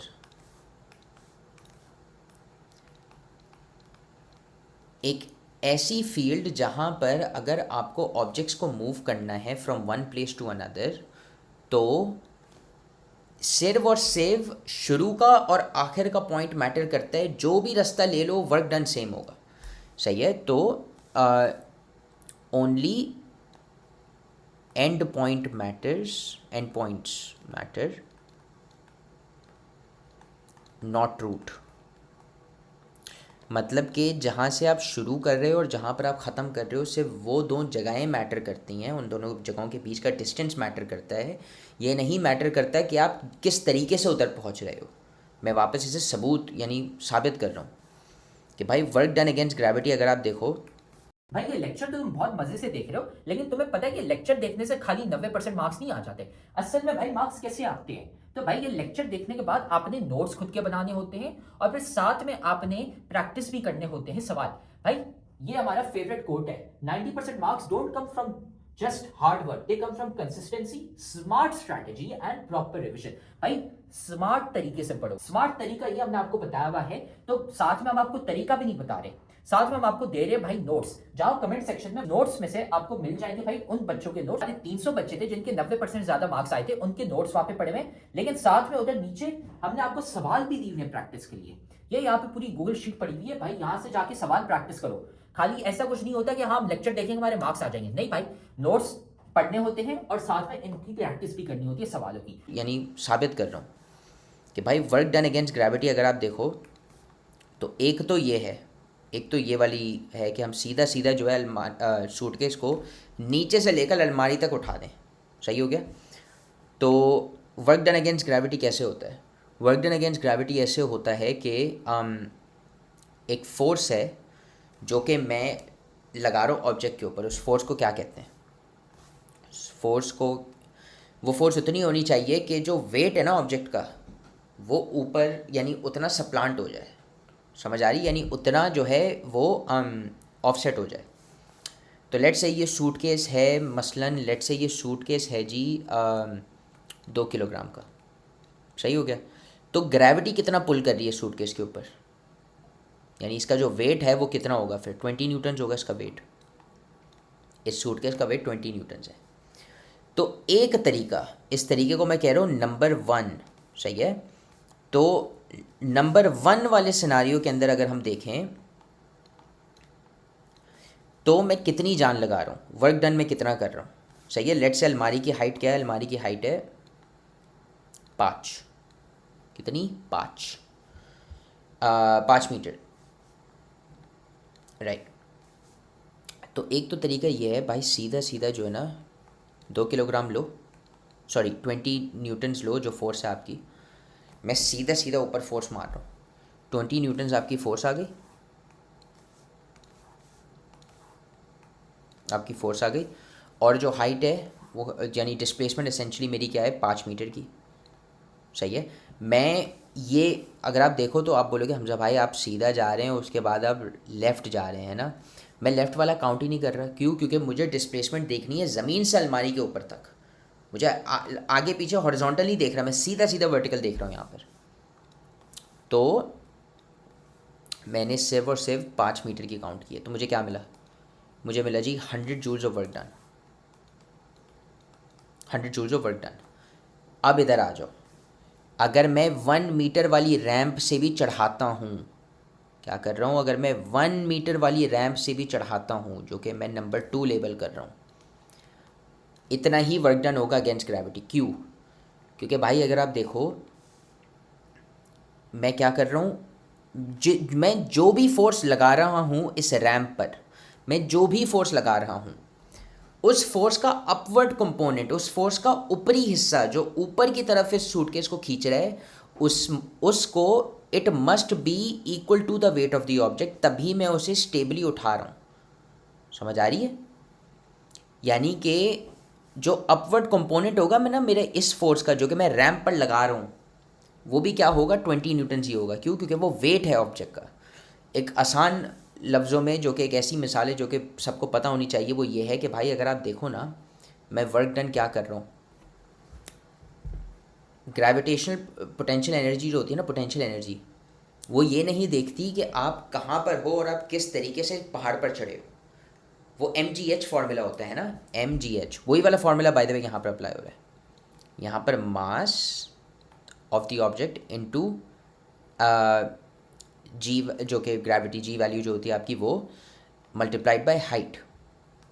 तो मास और जी, मास क्या है सूटकेस का, सूटकेस का मास है 2 किलोग्राम्स, जी वैल्यू मैंने अप्रॉक्सीमेट क्या की हुई है 10, और हाइट क्या है 5। तो अगर आप हाइट तो मैंने यहाँ पर लिखी हुई है, और mass into gravity 2 kilograms into 10, वो क्या होता है 20 न्यूटन्स। तो ये वही चल रहा है। तो अब अगर मैं एक 1 मीटर वाली रैंप से भी चढ़ा रहा हूँ तो भी यही वर्क डन होगा। 20 newtons x 5 metres equals to 100 joules. क्या जी? Against gravity. अगर मैं तीसरा भी ले लूँ, एक लंबी रैंप से मैं चढ़ा रहा हूँ, तब भी वर्क डन अगेंस्ट ग्रेविटी जो होगा वो क्या होगा, चेंज इन पोटेंशियल एनर्जी, जो कि क्या है MGH, mass into gravity into height of the अलमारी। तो वो क्या बनेगा, 20 इंटू 5, जो कि 100 जूल्स। 20 कहाँ से आया, मास और ग्रेविटी को जब आप मल्टीप्लाई करते हो। ये होती है कंजर्वेटिव फील्ड, ये होती है तो ग्रेविटी मिसाल में ये, यानी इधर कौन सी फील्ड को हमने फोकस में लिया हुआ, ग्रेविटेशनल फील्ड को। ग्रेविटी एक ऐसी फील्ड है फिर, तो उसकी एक मिसाल मैंने दे दी। ग्रेविटी फिर ऐसी फील्ड है जो कि कहती है भाई मुझे कोई गरज नहीं है कि तुम कौन सा रास्ता लेते हो एक पहाड़ चढ़ने को, सिवाय इस चीज़ से कि पहाड़ कितना लंबा है। बस ग्रेविटी यानी कंजर्वेटिव फील्ड फिर क्या, कौन सी फील्ड होती है, जहाँ पर जो एंड पॉइंट है, एंड पॉइंट्स मेरे क्या थे, ज़मीन और ऊपर ऊंचाई, ये मेरे 2 एंड पॉइंट्स थे। सिर्फ ये मैटर करते हैं, ये नहीं मैटर करता कि क्या रास्ता लिया है मैंने उन तक पहुँचने का। अब भाई देख लो, तो पहले जो पॉइंट है वो यही है। दूसरा पॉइंट क्या है कि भाई work done around a closed path is zero. कि if work done on a particle moving through any closed path, the path in which the beginning and the end points are the same gives 0 as shown in figure 6.b, such a field will be conservative. ये भी देख लो, late से मैं बोलता हूँ कि भाई ये सूटकेस को उठाओ, अलमारी पे रखो, फिर वापस अलमारी से लो और नीचे लेकर आओ। तो अगर आप क्या करोगे, नेट वर्क अगर आप देखोगे, नेट वर्क मतलब कि टोटल काम जितना हुआ है, तो वो ज़ीरो होगा। क्यों होगा भाई? ऊपर ले जाने में हमने कितना काम किया है, ऊपर ले जाने में हमने काम किया था 100 जूल्स ना, 20 न्यूटन्स की फोर्स हमने लगाई, कितने, 5 मीटर्स ऊपर। तो हमने क्या किया, 100 जूल्स हमने ऊपर काम किया। अब जब मैं उस सूटकेस को नीचे लेकर आ रहा हूँ, तो बल्कि मैं नीचे लेकर ही नहीं आ रहा, मैं ऊपर अलमारी से जो है ना, मैं फेंक रहा हूँ सूटकेस को। सही है? मैं अलमारी से अगर फेंकता हूँ सूटकेस को, तो नीचे कौन सी फोर्स लेकर आती है उसे, ग्रेविटी। ग्रेविटी कितनी फोर्स मारती है उस सूटकेस के ऊपर, -20 न्यूटन्स। यानी डायरेक्शन ऐसी है, ऊपर अगर मैं फोर्स मार रहा हूँ सूटकेस के, तो मैं तो 20 न्यूटन्स मार रहा हूँ, मगर अगर ग्रेविटी नीचे लेकर आ रही है सूटकेस को, तो ग्रेविटी भी 20 न्यूटन्स ही मार रही है, मगर मैं उसे -20 लिखूँगा। क्यों? क्योंकि डायरेक्शन उल्टी हो गई है। तो जब नीचे आ रहा है एक सूटकेस, तो -20 न्यूटन्स, और कितना नीचे गया है, 5 मीटर्स, तो -100 जूल्स आ गया। तो ऊपर के सफ़र के अंदर 100 जूल्स का काम हुआ, नीचे के सफ़र के अंदर -100 जूल्स का काम हुआ। अगर कोई बंदा मुझसे बोलेगा हमजा भाई तो टोटल काम क्या हुआ, तो मैं बोलूँगा 100 को ऐड कर दो, सारे वर्क 1 वर्क 2 को ऐड कर दो ना, तो 100 प्लस -100, मुझे क्या आंसर मिलेगा, मुझे मिलेगा 0। तो ये एक सबूत है कि ये एक ऐसी फील्ड है जहाँ पर सिर्फ और सिर्फ शुरू और आखिर का पॉइंट मैटर करता है और उनके बीच की डिस्प्लेसमेंट, ये नहीं मैटर करता कि आप कैसे पहुँचे उधर। तो यही दूसरा रूल है। तो अगर हम किसी भी फील्ड को कंजर्वेटिव कह रहे होंगे तो हमें ये दोनों चीज़ें साबित करनी पड़ेंगी कि एक तो ये कि चाहे जो भी रास्ता हम ले लें, शुरू और आखिर के बीच में जो भी हम रास्ता ले लें काम उतना ही होगा। और दूसरा ये कि अगर हम वहाँ पर ही वापस आ जाएं जहाँ से हमने चीज़ें शुरू की थी तो काम, टोटल काम यानी नेट काम जो है वो 0 होगा, वर्क डन विल बी 0। अच्छा जी, इसे कहते हैं कंजर्वेटिव फील्ड। अब आ जाओ कहाँ पर, नॉन कंजर्वेटिव फील्ड के अंदर। अच्छा, बाय द वे यहाँ पर भी मिसाल दी हुई है ग्रेविटेशनल, जैसे मैंने अभी मिसाल दी, and electric fields are examples of conservative fields and the associated forces are called conservative forces. अच्छा जी, यानी कि वही कि ग्रेविटेशनल और इलेक्ट्रिक फील्ड्स जो हैं वो क्या हैं, कंजर्वेटिव फील्ड्स कहती हैं। और ग्रेविटी की फ़ोर्स या इलेक्ट्रिसिटी की जो फोर्स है उसे हम क्या, इलेक्ट्रिकल फोर्स, उसे हम किन किन टाइप की फोर्सेस को हाँ, किन टाइप की फोर्सेस हम उन्हें कहते हैं, कंजर्वेटिव फोर्सेस कहते हैं। अब आ जाते हैं नॉन कंजर्वेटिव फील्ड की तरफ। एक नॉन कंजर्वेटिव फील्ड वो फील्ड होती है जहाँ पर जितना काम हुआ है वो डिपेंड करता है कि आप किस रास्ते ने किस रास्ते को आपने इख्तियार दिया है, हाँ, यानी इख्तियार किया है। और the work done along a closed path is not 0, वही वाली चीज़। इन कंजर्वेटिव फील्ड की दो चीज़ें कि एक तो ये कि भाई जो भी 2 पॉइंट्स हो बस वो मैटर करते हैं, ये नहीं मैटर करता कि क्या रास्ता लिया था। या तो ये झूठ हो जाए कि नहीं भाई अब रास्ता मैटर कर रहा है, या तो ये झूठ हो जाए कि अगर आपने जहाँ से शुरू किया था वापस वहाँ पर ही आ गए ना तो आपका वर्क 0 नहीं है, आपका वर्क कुछ और है, 0 नहीं है। तो इन टाइप की फील्ड्स को हम क्या कहते हैं, नॉन कंजर्वेटिव। मतलब ये नॉन कंजर्वेटिव फील्ड वो फील्ड है जो कि कंजर्वेटिव नहीं है, कंजर्वेटिव की 2 रूल्स है ना उनको तोड़ दिया। तो अब एक मिसाल ले लो, फ्रिक्शनल फील्ड जो है वो एक नॉन कंजर्वेटिव फील्ड है। अभी हम सिर्फ इतना पढ़ते हैं, वापस ये वाली मिसाल पर आ जाते हैं। सोचो, अभी तक हमने फ्रिक्शन का तो रोल कंसिडर ही नहीं किया है, सही है। अब अगर एक ऐसी फील्ड आ जाए, देखो अगर मैं सूटकेस को ज़मीन से अलमारी तक उठाता हूँ तो मुझे मैं ज़रा डायग्राम को सिंप्लीफाई कर रहा हूँ।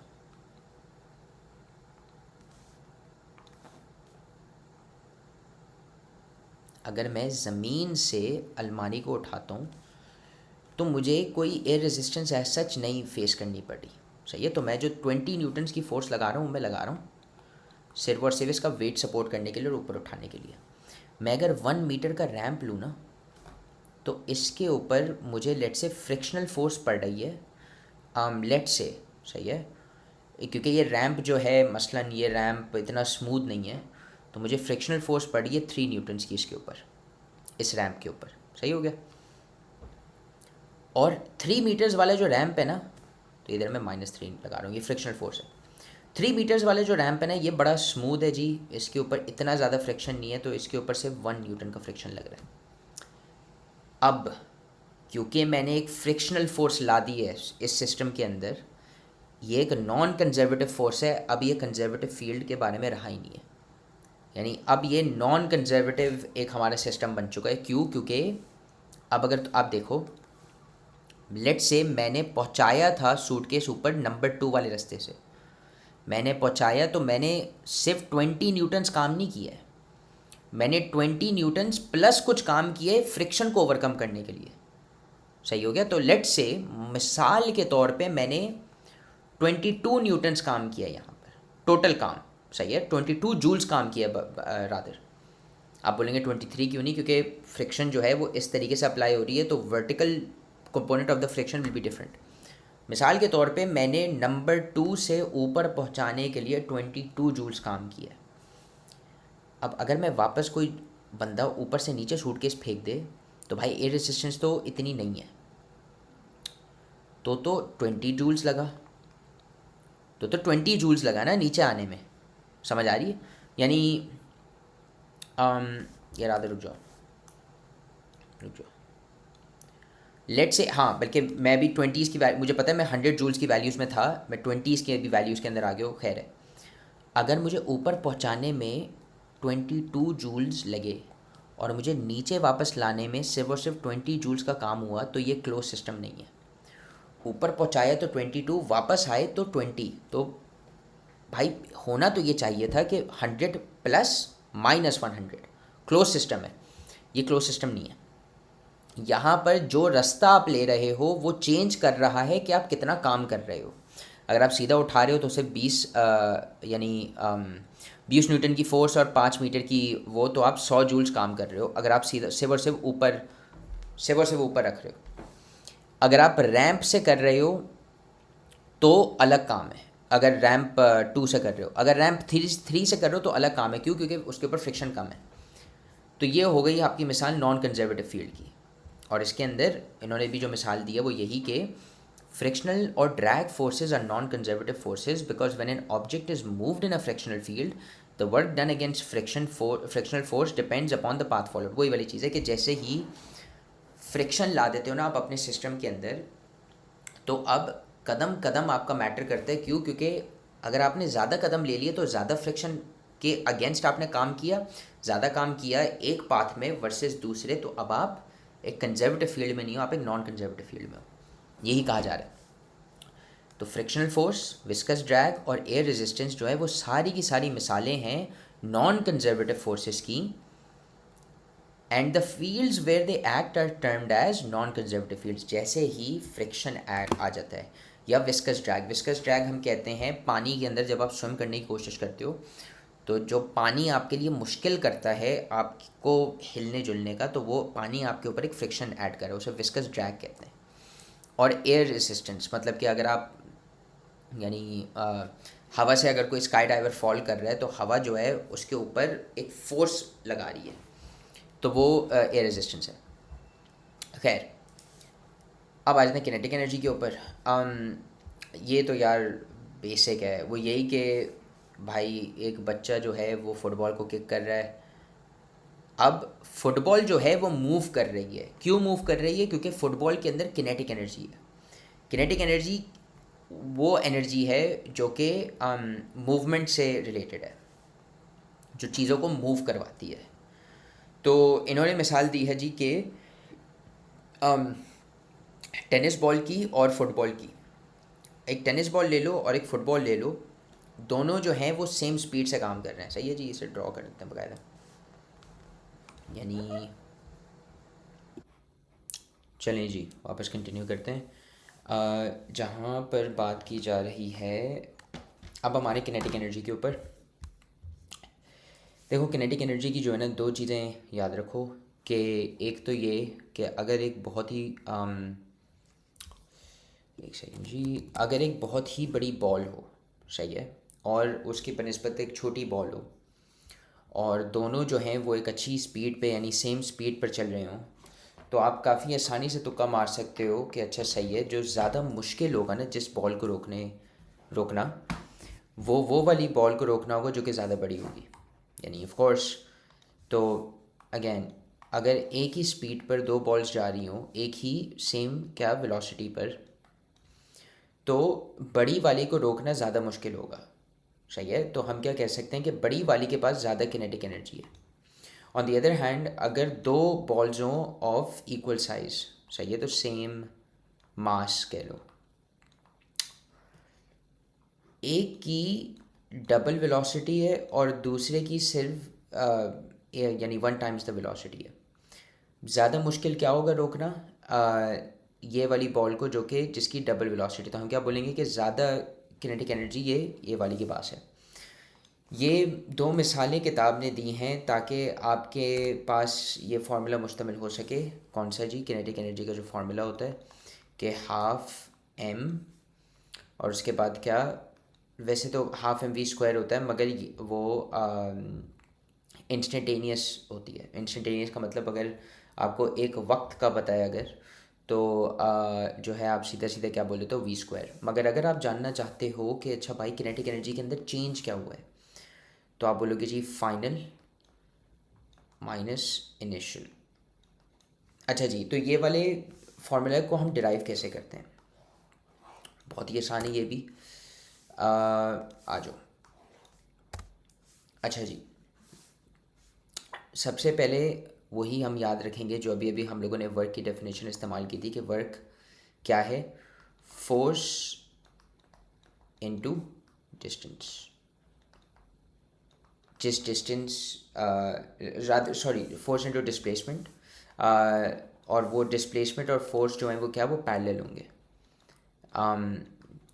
ये लो जी डिस्प्लेसमेंट।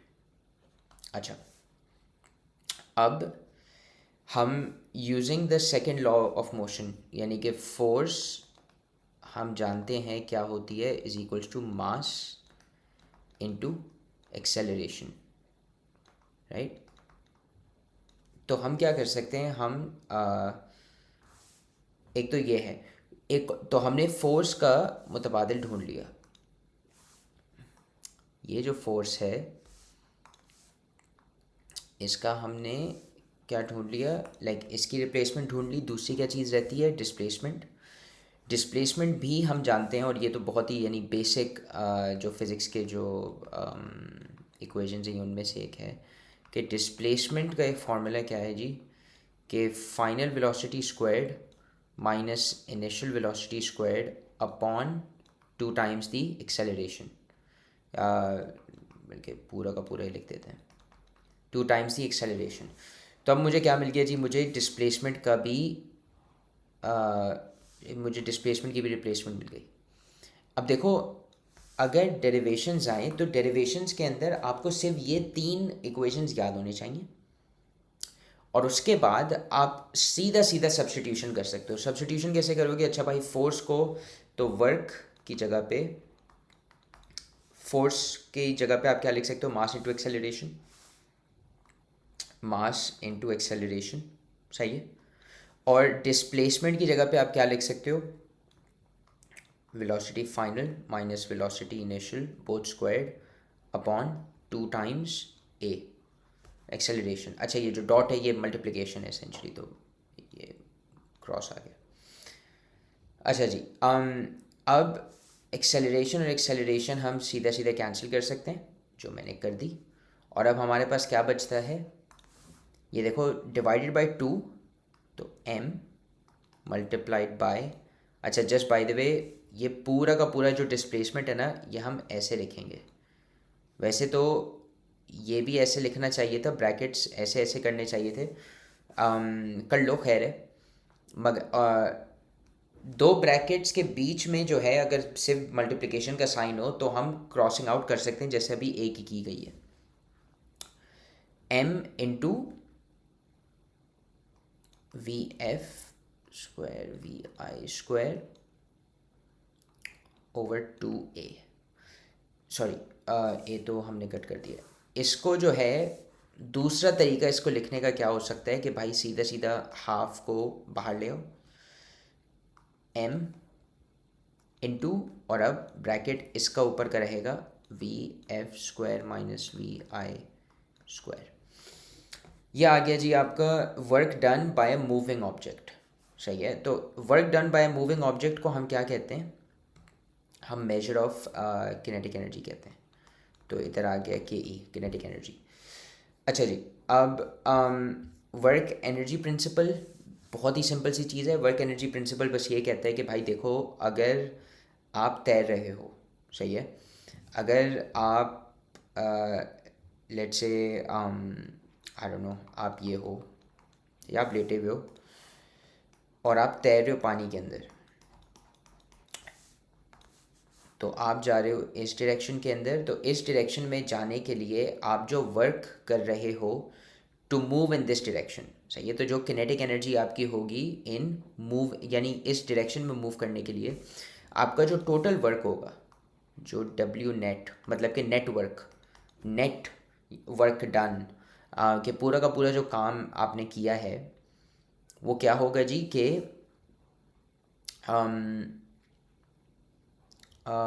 कहाँ पर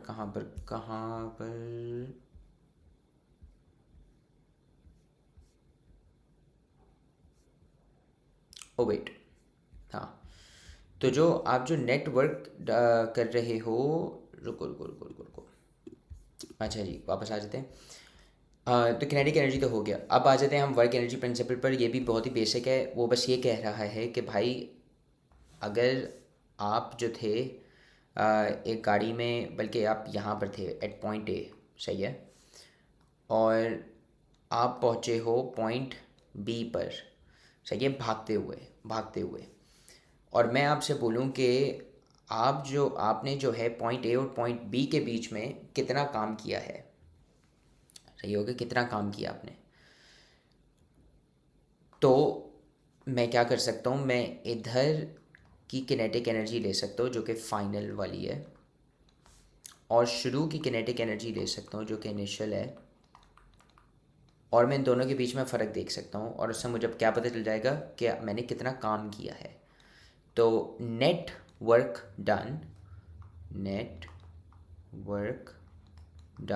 मतलब कि जो काम किया है आपने वो क्या होगा, final kinetic energy minus initial kinetic energy. और अब तो ये जो इसे हम एक और चीज़ भी कहते हैं, इसे हम डेल्टा के ई भी कह सकते हैं। डेल्टा का मतलब होता है difference, right, final minus initial. तो इसका फॉर्मूला क्या था, इसका फॉर्मूला भी अभी हम लोगों ने ऊपर भी लिखा है कि final squared minus initial squared. ये आ गई आपकी किनेटिक एनर्जी। अब आ जाते हैं हम work energy theorem in resistive medium. ये भी बहुत ही आसान है। ये बस बेसिकली ये कह रहा है कि लेट से आप जो हो तालाब में हो एक, सही है, तो आप एक तालाब में हो और आप तैर रहे हो। तो आपने शुरू किया तैरना इस पोजीशन से और आप सीधा जा रहे हो। अब बेसिक चीज़ ये सिर्फ ये कह रहा है कि भाई लेट्स से आपने इस पॉइंट से लेकर बी ये वाले पॉइंट तक बीच में आपने जानने की कोशिश की कि आपने कितना आपने काम किया है, सही है। Work energy theorem in resistive medium ये कहता है कि आपने जो काम किया है वो सिर्फ और सिर्फ आपकी किनेटिक एनर्जी नहीं होगी, मगर वो भी होगा जो कि रेजिस्टेंस पानी आपके ऊपर यानी फेंक रहा था। कहने का क्या मतलब है कि आप जो है ए से बी तक जाने में सिर्फ और सिर्फ अपनी वेलोसिटी नहीं बढ़ा रहे, मगर आप पानी जो आपको रोकने की कोशिश कर रहा है, सही है, तैरने से, क्योंकि पानी का अपना खुद का एक वेट होता है। जब आप उसके अराउंड मूव कर रहे हो तो आप उसका वेट भी आगे पीछे कर रहे हो। एक रेजिस्टिव फोर्स कहते हैं हम उसे, फ्रिक्शन जो जो जो अल्फाज इस्तेमाल किया जाता है। तो पॉइंट ए और पॉइंट बी के बीच में तैरने के लिए आप सिर्फ और सिर्फ अपनी किनेटिक एनर्जी नहीं चेंज कर रहे, सिर्फ और सिर्फ अपनी वेलोसिटी नहीं चेंज कर रहे, मगर आप रेजिस्टिव फोर्स भी फाइट कर रहे हो। तो ये थ्योरम बस ये कह रहा है कि भाई जो टोटल वर्क डन है, सही है, by an object against the resistive force, अवेल हाँ, टोटल वर्क डन जो है वो होगा चेंज इन किनेटिक एनर्जी, यानी जितनी आपने वेलोसिटी अपनी चेंज की है उसके लिए आपने काम किया है, तो वो तो किया है आपने, मगर work done against resistive force WR, इसे हम क्या कहते हैं, वर्क डन अगेंस्ट मैं फ्रिक्शन कह रहा हूँ, तो इधर एयर रेजिस्टेंस भी हो सकती है, इधर वाटर रेजिस्टेंस भी हो सकती है वगैरह। अच्छा जी, अब आ जाते हैं हम इधर के। अच्छा भाई, इम्प्लीकेशंस ऑफ एनर्जी, अजीब ही किताब है, लॉसेस होना चाहिए, लूजेस लिखा हुआ है, बट हाँ, ये बताने की कोशिश कर रहा है कि भाई देखो, कोई सी भी मशीन होती है ना, जैसे ये वाला ले लो, ये वाला फिगर ले लो 5.8, कोई सी भी मशीन होती है, आप उसके अंदर थोड़ी पावर इनपुट करते हो। इनपुट का इन्होंने एक बहुत ही प्यारा फार्मूला दिया हुआ है हमें, input is equals to pretty sure क्या जी, हाँ, P इंटू डी ना, कि एक मिनट, हाँ जी, P इंटू डी, जो कि मतलब सिंपली पुट क्या, P इज़ एफर्ट, सही है, यानी आपने कितनी मुशक्क़त मारी है, और डिस्टेंस का मतलब D इज़ डिस्टेंस यहाँ पर के, और आपने कितनी दूर तक वो मुशक्क़त मारी है। बहुत ही सिमिलर है वर्क के फार्मूले के साथ, तो वो खैर है, किताब ये कह रही है, वरना मैं तो सीधा सीधा यहाँ पर भी यानी फोर्स इनटू डिस्प्लेसमेंट ही रख देता। खैर है, ये वाला सेक्शन ये कहने की कोशिश कर रहा है कि भाई हमेशा क्या होता है, आप इनपुट ज़्यादा देते हो एक मशीन के अंदर, आउटपुट कम निकलता है। क्यों? क्योंकि भाई एनर्जी लूज़ होती है। 100% ऐसा नहीं हो सकता कि 100% यानी बहुत आइडियल मशीन्स के अंदर ऐसा होता है कि 100% जो भी इनपुट दिया है वही आउटपुट निकल रहा है। अभी आ रहा हूँ उसके ऊपर। तो भाई इनपुट का फॉर्मूला ये हो गया, आउटपुट का फॉर्मूला क्या है? W/D, जहाँ पर W जो है वो इधर डिफाइन किया गया है एज लोड। एक सेकेंड। और D जो है वो भी डिस्टेंस, जिसके अंदर लोड लिफ्ट किया जा रहा है। बोलेंगे सर ये क्या है? अगेन फिगर 5.8 को देखो, सही है, और एक लोड है यहाँ पर, सही है। अब अगर आप यहाँ पर देखते हो, आप जो हो इस तरफ जहाँ पर मैंने रेड एरो बना रहा हूँ, उस तरफ से आप इनपुट दे रहे हो इस मशीन के अंदर। ये मशीन क्या है? ये वेट उठाएगी। आप इनपुट दे रहे हो, सही है, आप मुशक्क़त लगा रहे हो और ज़रा खींच रहे हो, तो डिस्टेंस भी हो रही है और लोड भी जा रहा है, एफर्ट भी जा रहा है। तो मशीन के अंदर क्या हो रहा है? मशीन के अंदर ताकत जा रही है। इस ताकत की बुनियाद पे मशीन क्या कर रही है? आउटपुट दे रही है आपको, लोड उठा रही है ऊपर। वो कैसे मेजर किया जा सकता है? W/D, where W is load, मतलब कि इस ऑब्जेक्ट का कितना मास है या वेट रादर, और डिस्टेंस, मतलब कि कितनी डिस्टेंस तक ये ऑब्जेक्ट को उठाया गया। यहाँ पर ये कहा जा रहा है कि अगर हम इसी सिस्टम को कंसिडर करें तो आप एक रेशियो बना सकते हो, उसे कहते हैं एफिशिएंसी का रेशियो। एफिशिएंसी का मतलब ये होता है कि भाई आउटपुट अपॉन इनपुट, कि अगर मैंने मसलन 100 जूल्स फेंके थे अंदर, अगर मैंने 100 जूल्स अंदर मारे थे और मुझे मिल से लेट्स से 50 जूल्स रहे हैं, तो मैं क्या बोलूँगा कि ये एनर्जी 50% एफिशिएंसी पर काम कर रही है। मतलब कि आप जितना भी ताकत अंदर डालोगे इस मशीन के, आपको आधी उसकी बनिस्बत ताकत आपको मिलेगी। अब आइडियल मशीन्स क्या होती हैं? आइडियल मशीन्स वो होती हैं कि मतलब आइडियल मशीन्स समझ लो आप परफेक्ट मशीन्स, ये हम सिर्फ और सिर्फ फिज़िक्स की प्रॉब्लम सॉल्व करने के अंदर इस्तेमाल करते हैं। आइडियल मशीन्स के पास एफिशिएंसी ऑफ 100% होती है। 100% को दूसरा तरीका लिखने का क्या होता है? 1, बस 1। तो एफिशिएंसी 1 होती है या 100%। या आप एक और चीज़ कह सकते हो, जैसे किताब ने भी कहा है कि भाई आउटपुट जो होता है ना उसका, वो इक्वल्स टू इनपुट होता है। किन का? आइडियल मशीन्स का। अच्छा जी, यहाँ पर जो है वो कैलकुलेशन आ गई कि वही जो अभी भी मैंने किया है कि एफिशिएंसी अगर आपको परसेंटेज में करनी है तो आप मल्टीप्लाइड बाय 100 कर दोगे फ्रैक्शन पे लिख के।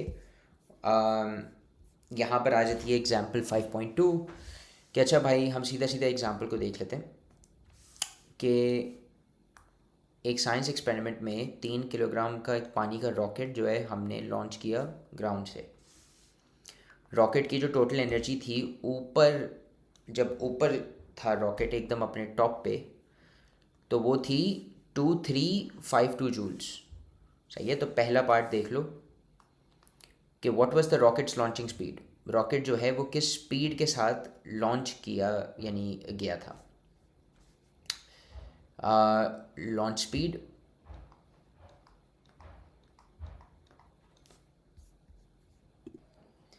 तो भाई इसके अंदर आपको ये देखना होगा कि ये समझ लो कि एक क्लोज सिस्टम है। क्लोज सिस्टम का ये मतलब है कि रॉकेट यहाँ पर था, सबसे ऊपर पहुँचा और उसके बाद ऑब्वियसली रॉकेट वापस नीचे गिर जाएगा और कहीं और बाहर से कोई एनर्जी नहीं आ रही।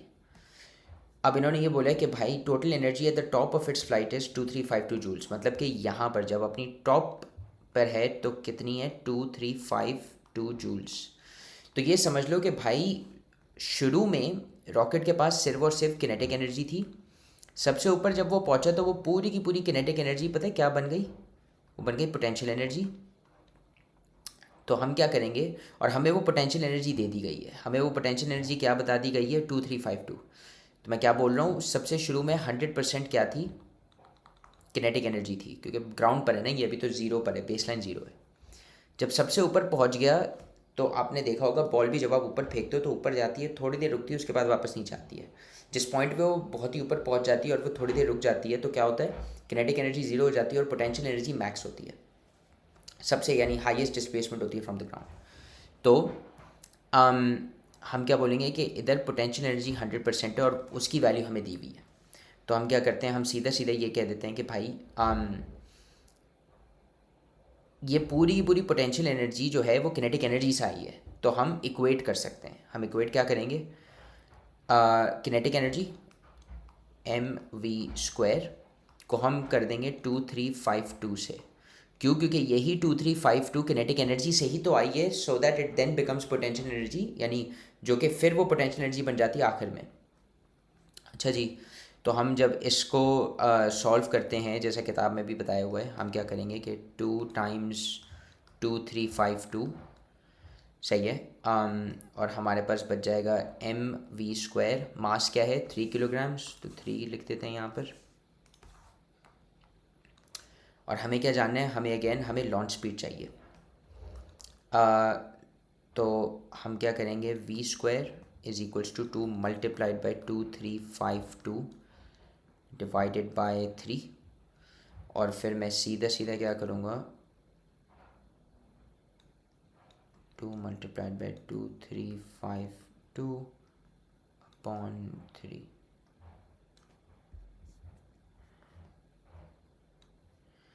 और इससे जो है मुझे वेलोसिटी मिल जाएगी, इसका आंसर क्या होगा, 39.6 मीटर्स पर सेकेंड। सही है, बहुत ही आसान है, मैंने बस एक्सप्लेनेशन दे दी है, सारे आंसर्स तो लिखे हुए हैं यहाँ पर। ऑन दी अदर हैंड फिर आप आ जाते हो कहाँ पर, बी, जाके यार हाइट क्या थी उस रॉकेट की।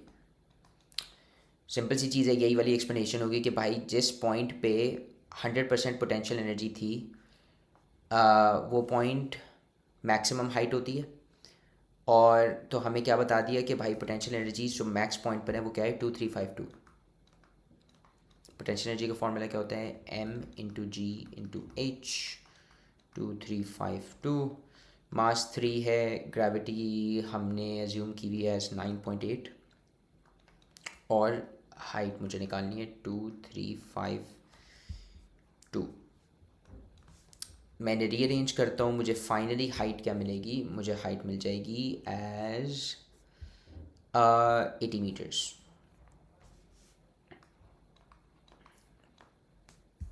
ये तो हो गई हाँ, तो मतलब वही यानी बेसिक है। सी पर आ जाते हैं। सी क्या है कि अच्छा भाई देखो, किनेटिक एनर्जी और पोटेंशियल एनर्जी रॉकेट की क्या है, 2.5 सेकेंड आफ्टर लॉन्च। सही है, 2.5 सेकेंड्स आफ्टर लॉन्च।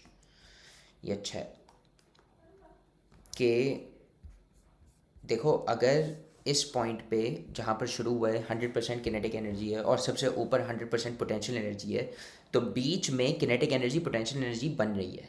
तो उन्होंने बोले 2.5 सेकेंड में वो क्या था, कितनी किनेटिक एनर्जी थी, कितनी पोटेंशियल एनर्जी थी। अच्छा सवाल है। तो भाई आपको ये पता है कि शुरू की इनिशियल वेलोसिटी क्या थी। आपको ये जानना है कि 2.5 सेकेंड के बाद वेलोसिटी क्या थी। सही है, बस इतना जानना है। कैसे, देखो, अगर हम किनेटिक एनर्जी फिगर आउट कर लेना कि 2.5 सेकेंड्स के बाद किनेटिक एनर्जी कितनी है, सही है, कितनी है, तो मैं ये किनेटिक एनर्जी की वैल्यू 2352 से माइनस कर सकता हूँ ताकि मुझे इसी पॉइंट पर पोटेंशियल एनर्जी मिल जाए। क्यों, क्योंकि एनर्जी तो क्लोज्ड है पूरे सिस्टम के अंदर। तो मुझे सबसे पहले ऊपर वाली चीज़ ढूंढनी है, क्या जी, कि 2.5 सेकेंड के बाद किनेटिक एनर्जी मेरी कितनी है। तो भाई उसका एक सिंपल सा फार्मूला है, वो ये कि final velocity is equals to initial velocity minus जो भी आपकी एक्सेलरेशन है। यहाँ पर डीसेलरेशन हो रही है, तो डीसेलरेशन किसकी हो रही है, ग्रेविटेशन की वजह से, तो -g लिखा है किताब ने और multiplied by T. Final velocity क्या होगी जी, इनिशियल वेलोसिटी क्या थी मेरी 39.6 -9.8 जो कि डी यानी डीसेलरेशन जो हो रही है, तो मैं जा रहा ऊपर था, 39.6 मेरी इनिशियल वेलोसिटी है, -9.8 मीटर्स पर सेकेंड की मेरे पास डीसेलेरेशन है। और ये जो है हर सेकंड अप्लाई हो रही है, राइट, पर सेकंड है। तो मुझे ये जानना है कितने सेकंड, कितनी बार ये अप्लाई हो चुकी है, -2.5 सही हो गया। तो 2.5 सेकंड पर अब मेरे पास वेलोसिटी क्या है, 15.1 मीटर्स पर सेकंड। अब मैं, जब मुझे वेलोसिटी मिल गई तो मुझे किनेटिक एनर्जी भी मिल जाएगी। किनेटिक एनर्जी कैसे निकालूंगा कि भाई 1/2 × 3 जो कि मेरा वेट है, सॉरी रादर मास है, इंटू 15.1, और मुझे सीधा सीधा मिल जाएगी 342 जूल्स। 2.5 सेकेंड्स पे 342 जूल्स किनेटिक एनर्जी है। पोटेंशियल एनर्जी फिर कितनी निकलेगी, वही ये 342 जूल्स को -ke की जगह पे डाल दो तो आपको पोटेंशियल एनर्जी मिल जाएगी। और वो पोटेंशियल एनर्जी क्या होगी जी, 2352 - 342 which is equals to 2010 joules. तो ये था जी आपका ये वर्क एग्जाम्पल। असाइनमेंट 5.2 कर लेते हैं। Okay, A crane holding 5,000 kilograms of mass at a height of 12 meters. Suddenly, the crane unholds the mass. Find the kinetic energy of the mass just before striking the ground. इन्होंने ये बोला है कि भाई एक क्रेन है, machine है, 5,000 kilo का जो है ना उसने वज़न उठा के रखा हुआ था, कितनी दूर, 12 मीटर्स फ्रॉम द ग्राउंड। सही है जी। अचानक से ये 5,000 किलोग्राम का जो वज़न है ये हाथ से गिर गया, ये हाथ से नहीं, क्रेन ने अनहोल्ड कर दिया। अब उन्होंने ये पूछा है कि भाई just before striking the ground सही किनेटिक एनर्जी क्या थी। इनिशियली पूरी की पूरी एनर्जी स्टोर्ड है एज पोटेंशियल एनर्जी, सही हो गया। और वो पोटेंशियल एनर्जी क्या होगी, वो पोटेंशियल एनर्जी होगी 5,000 जो कि मेरा मास है, into G which is 9.8, into height which is 12। Potential energy मेरी आ जाएगी 5,000 into 9.8 into 12 which is somewhere around 588 100,000 joules. अब ये है मेरी पोटेंशियल एनर्जी। भाई just before striking the ground जो है ना, तो मतलब इधर बेसिकली कि हाइट वहाँ पर ज़ीरो ही होगी, हम अज्यूम करेंगे वो ज़ीरो ही है। तो पूरी की पूरी एनर्जी जो पोटेंशियल एनर्जी की थी वो ट्रांसफ़र किस में हो चुकी होगी उस वक्त तक, किनेटिक एनर्जी में। किनेटिक एनर्जी में क्योंकि क्लोज्ड सिस्टम हम समझ रहे हैं, यानी कि पूरी की पूरी एनर्जी उतनी की उतनी रहेगी, कहीं पे भी लूज़ नहीं होगी। तो इतनी ही एनर्जी अब पूरी की पूरी क्या बन चुकी है, किनेटिक एनर्जी बन चुकी है just before striking the ground. Kinetic energy का फॉर्मूला क्या है, 2 3 इक्वल्स टू हाफ, मास क्या था मेरा 5,000 और वेलोसिटी स्क्वायर्ड, सही हो गया। तो मैं मल्टीप्लाइड बाई 2 कर दूँ दोनों साइड्स पे तो मुझे मिल जाएगा 1176,123 5,000 v square. V square will then become divided by 5,000 235.2। तो फाइनल वेलोसिटी फिर मैं इसे सीधा सीधा स्क्वायर करूँगा और मेरी फाइनल वेलोसिटी मुझे अराउंड 15.34 मीटर्स पर सेकंड मिल रही है, सही हो गया। तो ये हो गया आपकी असाइनमेंट 5.2। फाइनली समरी पर आ जाते हैं। समरी ये कह रही है कि work done on a body by constant force is defined as the product of displacement and the components of force in the direction of the displacement. वही चीज़ कि भाई work is equals to F into D और force और displacement की जो direction हैं वो एटलीस्ट पैरेलल हों, या उनके कंपोनेंट्स पैरेलल हों, या फोर्स की कोई ना कोई कंपोनेंट जो है वो डिस्प्लेसमेंट के साथ पैरेलल होने की ज़रूरत है for it to then be counted in the formula. Energy possessed by an object due to its motion is called kinetic energy. Gravitational field जो है वो कंजर्वेटिव फील्ड है। कोई नॉन कंजर्वेटिव फील्ड वो वाली फील्ड होती है जिसके अंदर जो काम किया होता है वो डिपेंड करता है ऑन द पाथ फॉलोड, या फिर वही चीज़ कि भाई अगर मैं पॉइंट ए से शुरू हुआ था, पॉइंट बी पर गया और फिर वापस पॉइंट ए पर आ गया ना, और फिर वापस पॉइंट ए पर आ गया, तो जो मैंने काम किया है ना, वो work done along a close path, ये मैंने काम जो किया है ये हमेशा चेंज होगा बेस्ड ऑन मैंने कौन सा रास्ता अपनाया था। अब देखो ये चीज़ इधर नहीं है, जो जो अभी हमने असाइनमेंट किया, ये 5,000 की ये जो वज़न है ऊपर, वो मैं चाहे मैं डायगनली ज़मीन तक पहुंचाऊं या मैं धड़प करके नीचे पहुंचा दूं, कैलकुलेशन सेम रहेगी।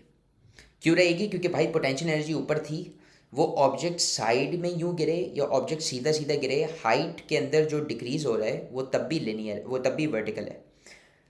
इसलिए ग्रेविटेशनल फील्ड एक कंजर्वेटिव फील्ड है। नॉन कंजर्वेटिव फील्ड ऐसी फील्ड होती है जहाँ पर जो जिस तरीके से चीज़ जा रही है ना, मूव कर रही है, वो मैटर करती है, और एनर्जी जो है या work done along the closed, एक पूरे पाथ के अलोंग जो काम किया होता है वो ज़ीरो नहीं होता। ज़ीरो नहीं होता, जहाँ पर ज़ीरो नहीं होता वो एक नॉन कंजर्वेटिव फील्ड है। एफिशिएंसी जो है वो क्या है जी? Ratio of output over input कर लो। एमसीक्यूज जल्दी से कर लेते हैं, आ जाओ जी। कि if the unit of force and displacement travelled each be increased 5 times, then the unit of work will be increased by, देखो unit of force and displacement travelled each be increased 5 times, सही है। तो अगर मेरे पास work is equals to force into displacement, ये कह रहे हैं कि भाई अगर इसको भी 5 गुना बढ़ा दो, इसको भी 5 गुना बढ़ा दो, तो वर्क जो है वो कितनी बार बढ़ जाएगा? तो भाई सीधा सीधा करके देख लो, 5F into 5D is equals to 25FD। हाँ, तो 25 गुना तो बढ़ गए, तो सीधा सीधा हम क्या करेंगे, हम 25 पे सर्कल कर देंगे। The force that acts on a body but does no work is क्या ग्रेविटेशनल फोर्स काम करती है? हाँ जी करती है। फ्रिक्शनल फोर्स भी काम करती है, तभी हम उसे नेटवर्क की कैलकुलेशंस के अंदर इस्तेमाल करते हैं। इलास्टिक फोर्स भी काम करती है जी। सेंट्रीपेटल फोर्स जो है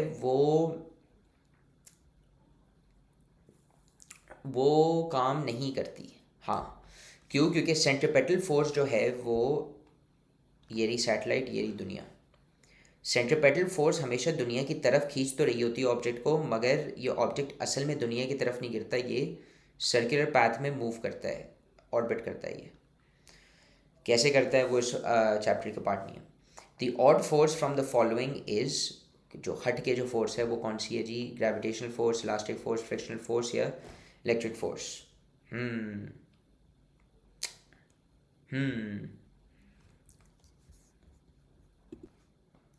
वेल, फ्रिक्शनल फोर्स, क्योंकि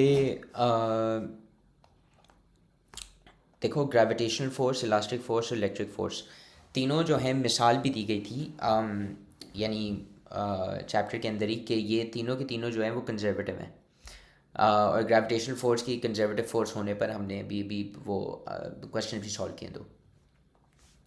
the work done by a body while covering a vertical height of 10 metres. अच्छा, just by the way, frictional force conservative नहीं है। फ्रिक्शन जो है वो, जो भी आप पाथ लेते हो ना, जो भी ऑब्जेक्ट पाथ लेता है, फ्रिक्शन अलग अलग होता है उस हर पाथ का।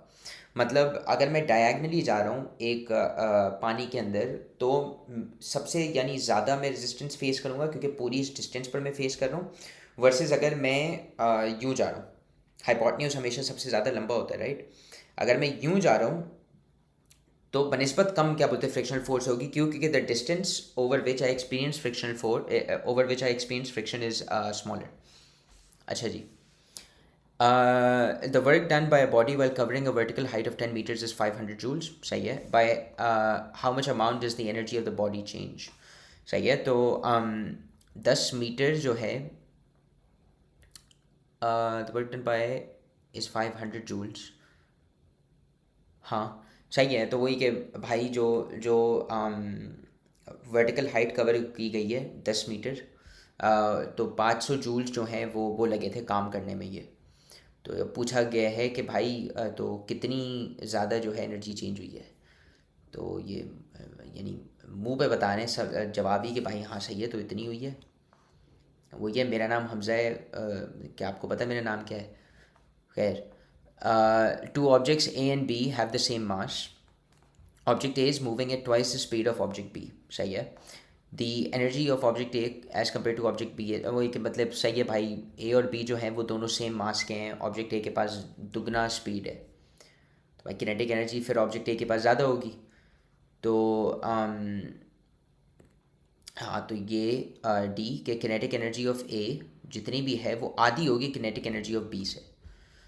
इसको दूसरा तरीका लिखने का क्या होता है कि दोनों साइड्स पे मल्टीप्लाई कर दो बाई 2, तो के ई ए इक्वल्स टू के ई बी.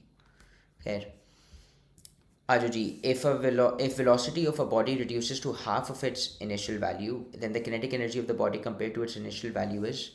हाँ, नाइस. तो देखो किनेटिक एनर्जी का फॉर्मूला क्या है, हाफ एम वी स्क्वायर. ये कह रहे हैं कि अगर हाफ एम और वी स्क्वायर की जगह पे अगर ये आधा वी स्क्वायर हो जाए, सही है, तो फ़र्क क्या आएगा? फ़र्क ये आएगा कि भाई ये जो इसे मैं ग्रीन में कर देता हूँ.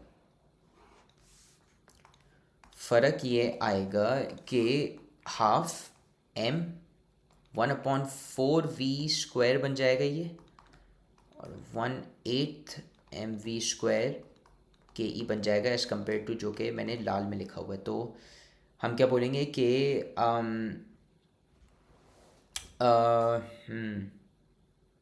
हाँ, तो अगर मैं इसे कंपेयर करूँ विद जो के ई यहाँ पर है हाफ एम वी स्क्वायर, तो जहाँ पर 1/2 था वहाँ पर अब 1/8 आ गया. तो ये कैसे हो सकता है?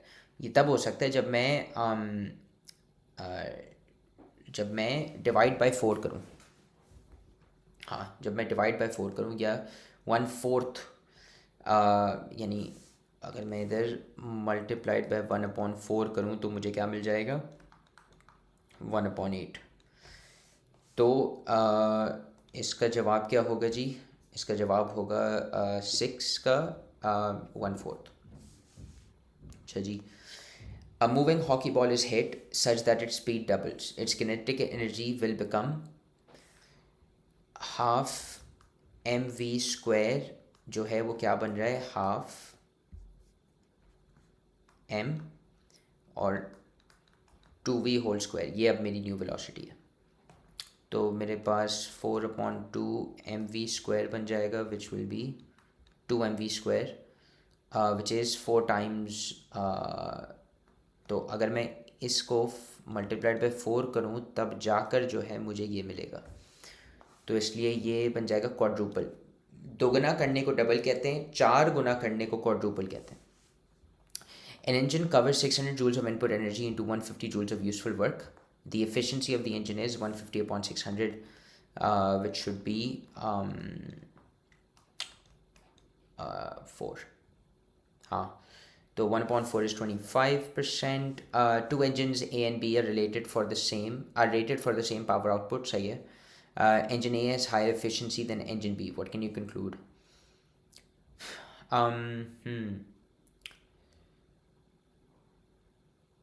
इंजन ए के पास ज़्यादा आउटपुट मिलता है compare to the same input. Let's say हाँ, ये है ए, देन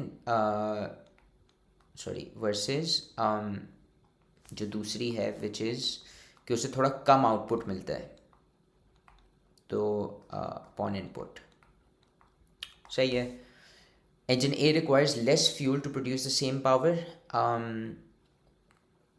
नहीं, क्योंकि same are rated for the same power output. ओ अच्छा, सही है. तो आउटपुट इन दोनों का सेम है. तो हाँ, ये तो यानी ए ही सही है कि हाँ भाई ये जो है कम इनपुट दोगे तो आउटपुट ज़्यादा निकलेगा. सॉरी, सेम ही निकलेगा. आउटपुट सेम है. समझ आ रही है बात? मतलब कि इंजन ए की हायर एफिशिएंसी है, रेशियो उसका बेहतर है, आउटपुट दोनों का सेम है. मगर अगर ए की ज़्यादा हायर एफिशिएंसी है तो इसका मतलब कि इसका जो डिनोमिनेटर है उसे ज़्यादा छोटा होना पड़ेगा. 10वें सवाल पे आ जाते हैं. Consider two machines A and B. Machine A has an efficiency of 40% and machine B has an efficiency of 60%. If both machines are provided 500 joules of energy, how much more useful work does machine B perform compared to machine A? B कितना करेगी भाई? 60% of 500 joules क्या होता है? 0.6 multiplied by 500. Machine ए जो है वो कर रही है 300 जूल्स का काम. मशीन बी जो है वो कितने कर रही है? 0.4 इंटू 500 जो कि कर रही है 200 जूल का काम. सही हो गया. तो 100 जूल्स का फ़र्क है. आ जाओ जी, बी है आंसर. 11 पर आ जाते हैं. A wind turbine converts 30% of the wind's kinetic energy into electrical energy. If the kinetic energy of the wind is 900 joules, the electrical energy produced by the turbine is 270 joules. 0.3 multiplied by 900 joules should be 270 joules. हाँ जी. अच्छा जी, इसके साथ हमारे MCQs ख़त्म हो गए. आ जाओ जी. तो उम्मीद है आपको लेक्चर यहाँ तक समझ आ गया होगा. एक जो बात है जिसकी वजह से हमारे इतने सारे बच्चों के 90% अबव मार्क्स आते हैं, उनको एक चीज पता होती है, वो होती है एग्जाम के अंदर लिखे कैसे जाते हैं. और ये जो चीज है ना, एग्जाम के अंदर लिखना, एग्जाम राइटिंग मेथड सेशन, ये हम हमारी बैच के अंदर करवाते हैं. सही है. बच्चा बैठ के सवाल कर ले, लेक्चर देख ले, कुछ भी कर ले, अगर वो उसको एग्जामिनर, अगर उसको लिखना नहीं आता तो एग्जामिनर उसको मार्क्स ही नहीं देगा. तो हम उसको ऐसी टिप्स एंड ट्रिक्स देते हैं, तो भाई एग्जामिनर जो चेक करने वाला है ना, वो मार्क्स काट ही नहीं पाएगा. जब काट ही नहीं पाएगा तो आपका तो टॉप बनना पक्का है. तो जी हम हमारी बैच के अंदर बच्चों को ये पूरी चीजें करवाते हैं. हम नोट्स, गाइडेंस, सारी चीजें A to Z करवा रहे होते हैं. अगर आपको भी ज्वाइन करना है तो आप इस नंबर पर कांटेक्ट करके मैसेज करें और हम आपको बैच के अंदर एनरोल कर लेंगे. इसके अलावा अगर आपको क्या चाहिए, फ्री में नोट्स चाहिए, फ्री का मटेरियल चाहिए, तो यहाँ पर डिस्क्रिप्शन में सारे के सारे लेक्चर्स की लिंक, सारे के सारे नोट्स की लिंक, सारी की सारी चीज़ों की लिंक्स गिवन है. तब तक के लिए अल्लाह हाफिज, टेक केयर, गुड बाय बच्चों.